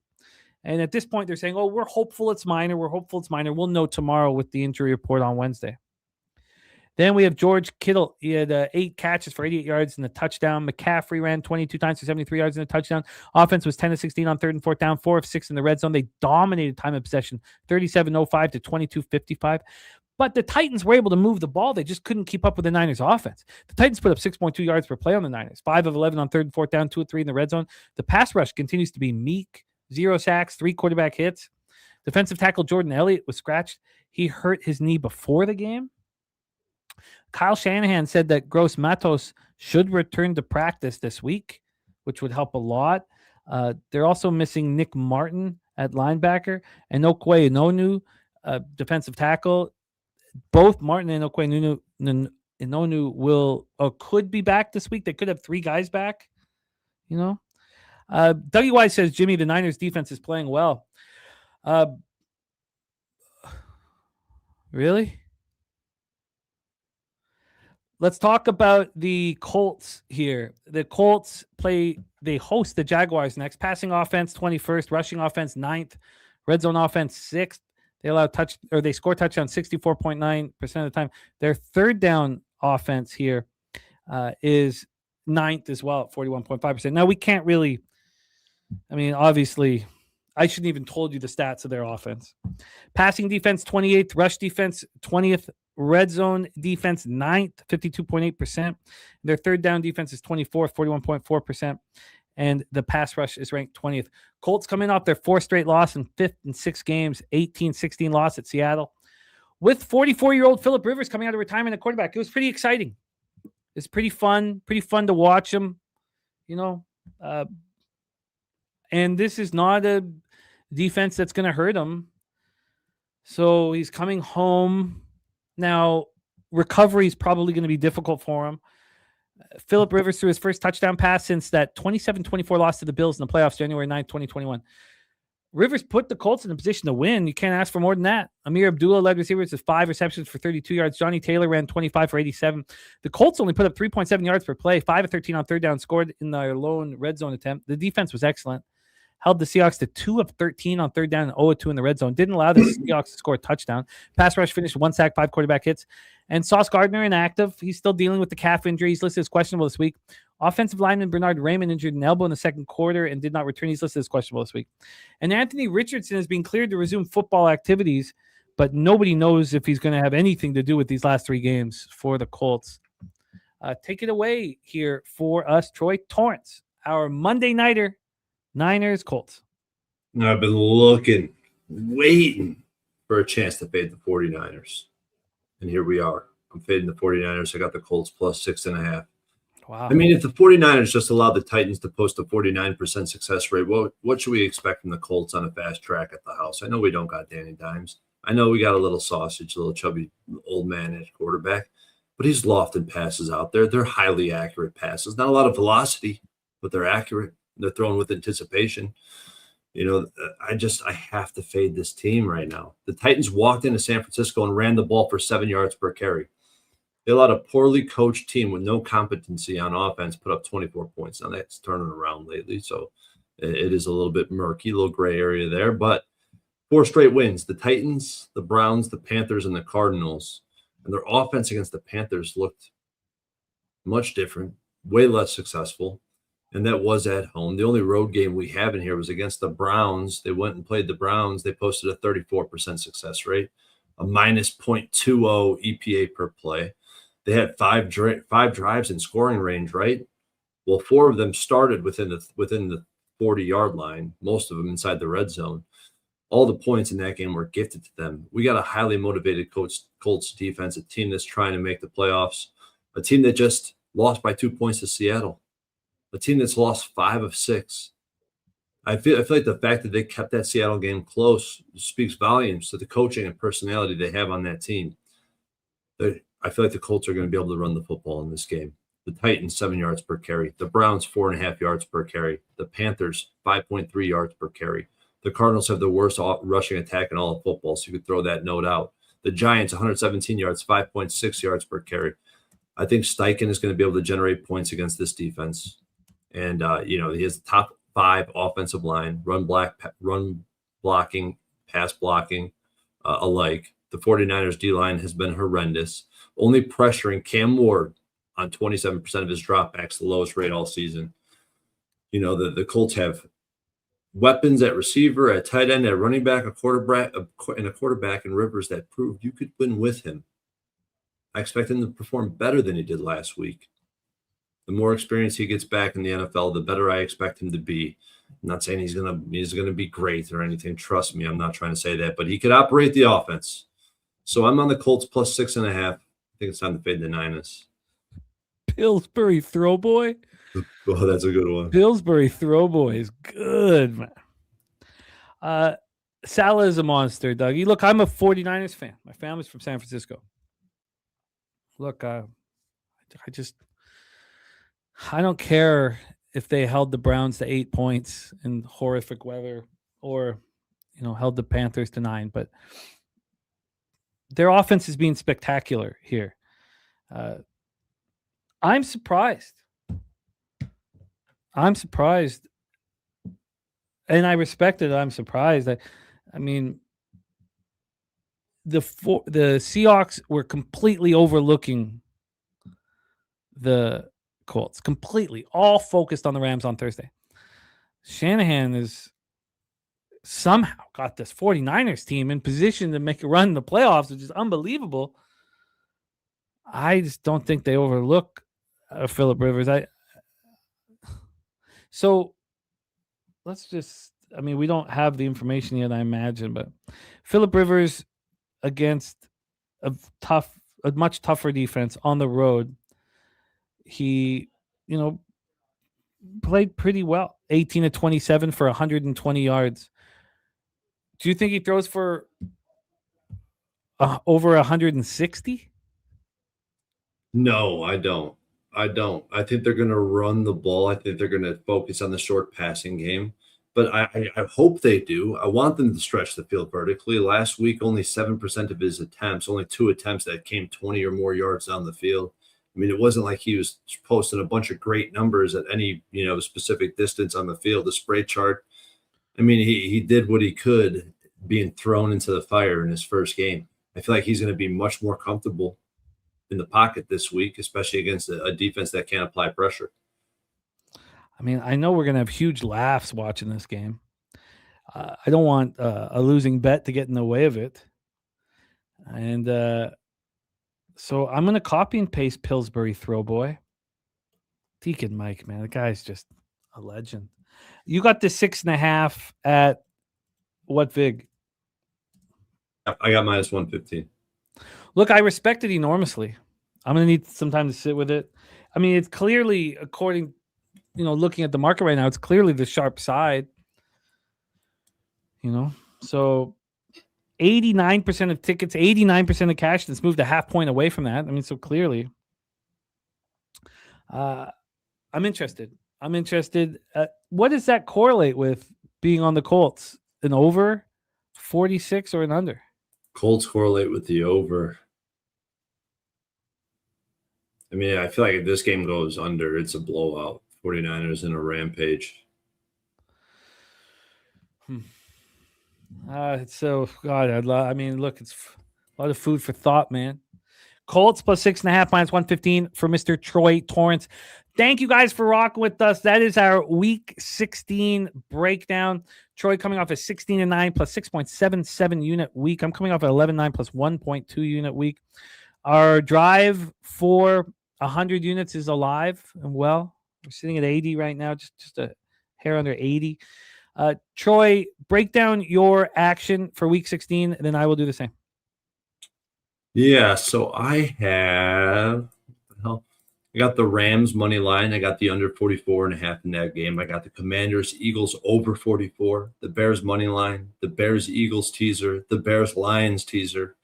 Doubled up on the Giants Vikings first half full game under, Cowboys money line, Broncos -3, Ravens -2.5, and finish it off with the Colts plus 6.5.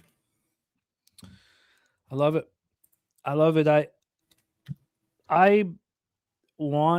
I think the Seahawks are going to win this football game. And I don't think they're the better football team. And it's a weird situation here. I do not want to go so far. I think you're 3-1, at least 3-1 against me when we've been head to head. Might be more than that now. I'd have to go back. But did you have the Bengals last week? Yes, you're right. So that's at least 4-1.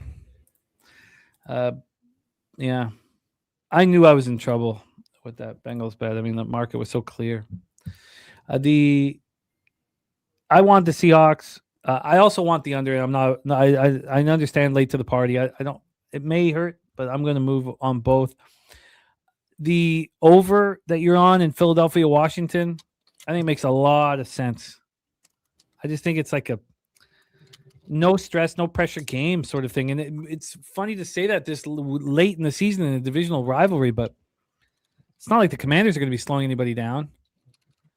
And the Eagles seem to be getting right offensively. Then Troy's on the Bears, and he's got the Bears-Eagles teaser. I think the Bears should be bet. It's the situation that we also have in another spot that I'll mention here. I'm already on the Bills-Browns unders. I know it's so public, but I don't think the Browns can do a goddamn thing without this offensive line. The offensive line's so beat up. I'm going to move on the Bills, and it's sickening public spot. Then Troy on the Cowboys. I think that's such a fascinating breakdown. I'm off that game at this point, but I think points are going to be scored in Tennessee. First half over, full game over in Kansas City, Tennessee. Makes me nervous if that line doesn't move. I mean, maybe I should wait for a sign from the books. I'm going to be on the Bengals. I'm going to be on the Bengals in Miami. I think they bounce back. I think Burrow bounces back. And all these bets I'm going to make right now, other than those unders in the Browns game that I've already bet. And then I kind of have the Buccaneers. I want to sit with a little longer. Did you move officially on the Buccaneers? I don't have you as an official move on them. No, I have not moved yet, but they're on my short list. Then the Broncos -3. I guess it's right. It's got to be right. You got to fade the Jaguars. I honestly wanted a 3.5 just to see the books so confident. And then overs in Atlanta, Arizona need to be bet right now. And I guess you're right. Atlanta should be bet as well. Cousins has some belief and some confidence. I agree with your take on the Lions. I'm going to move on them tonight in the same fashion on the 6.5 or 7 and the double result. And then the Ravens and the unders in the Patriots-Ravens game. I think it's going to have a playoff type feel.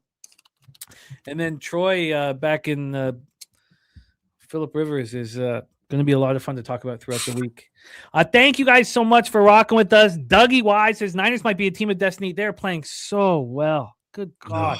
Come on, guys. Come on. Tennessee, Cleveland, Carolina, freaking Cardinals. Come on. But you have to admit that with the injuries that they've faced, haven't they been spectacular this year? Sitting 10-4 with all of these monsters out of the lineup and they're back up for over half the season. It's super impressive what they're doing, and they're about to come crashing down 0-3 to finish the season. Tell me you didn't just say that. Luke Burrow, Mark Stasowski, Dan's Rants, Michael Piccioni, Aaron Gaza, Ronnie Young, Donut Silks, Urban Pope, VKCC, Deacon Mike.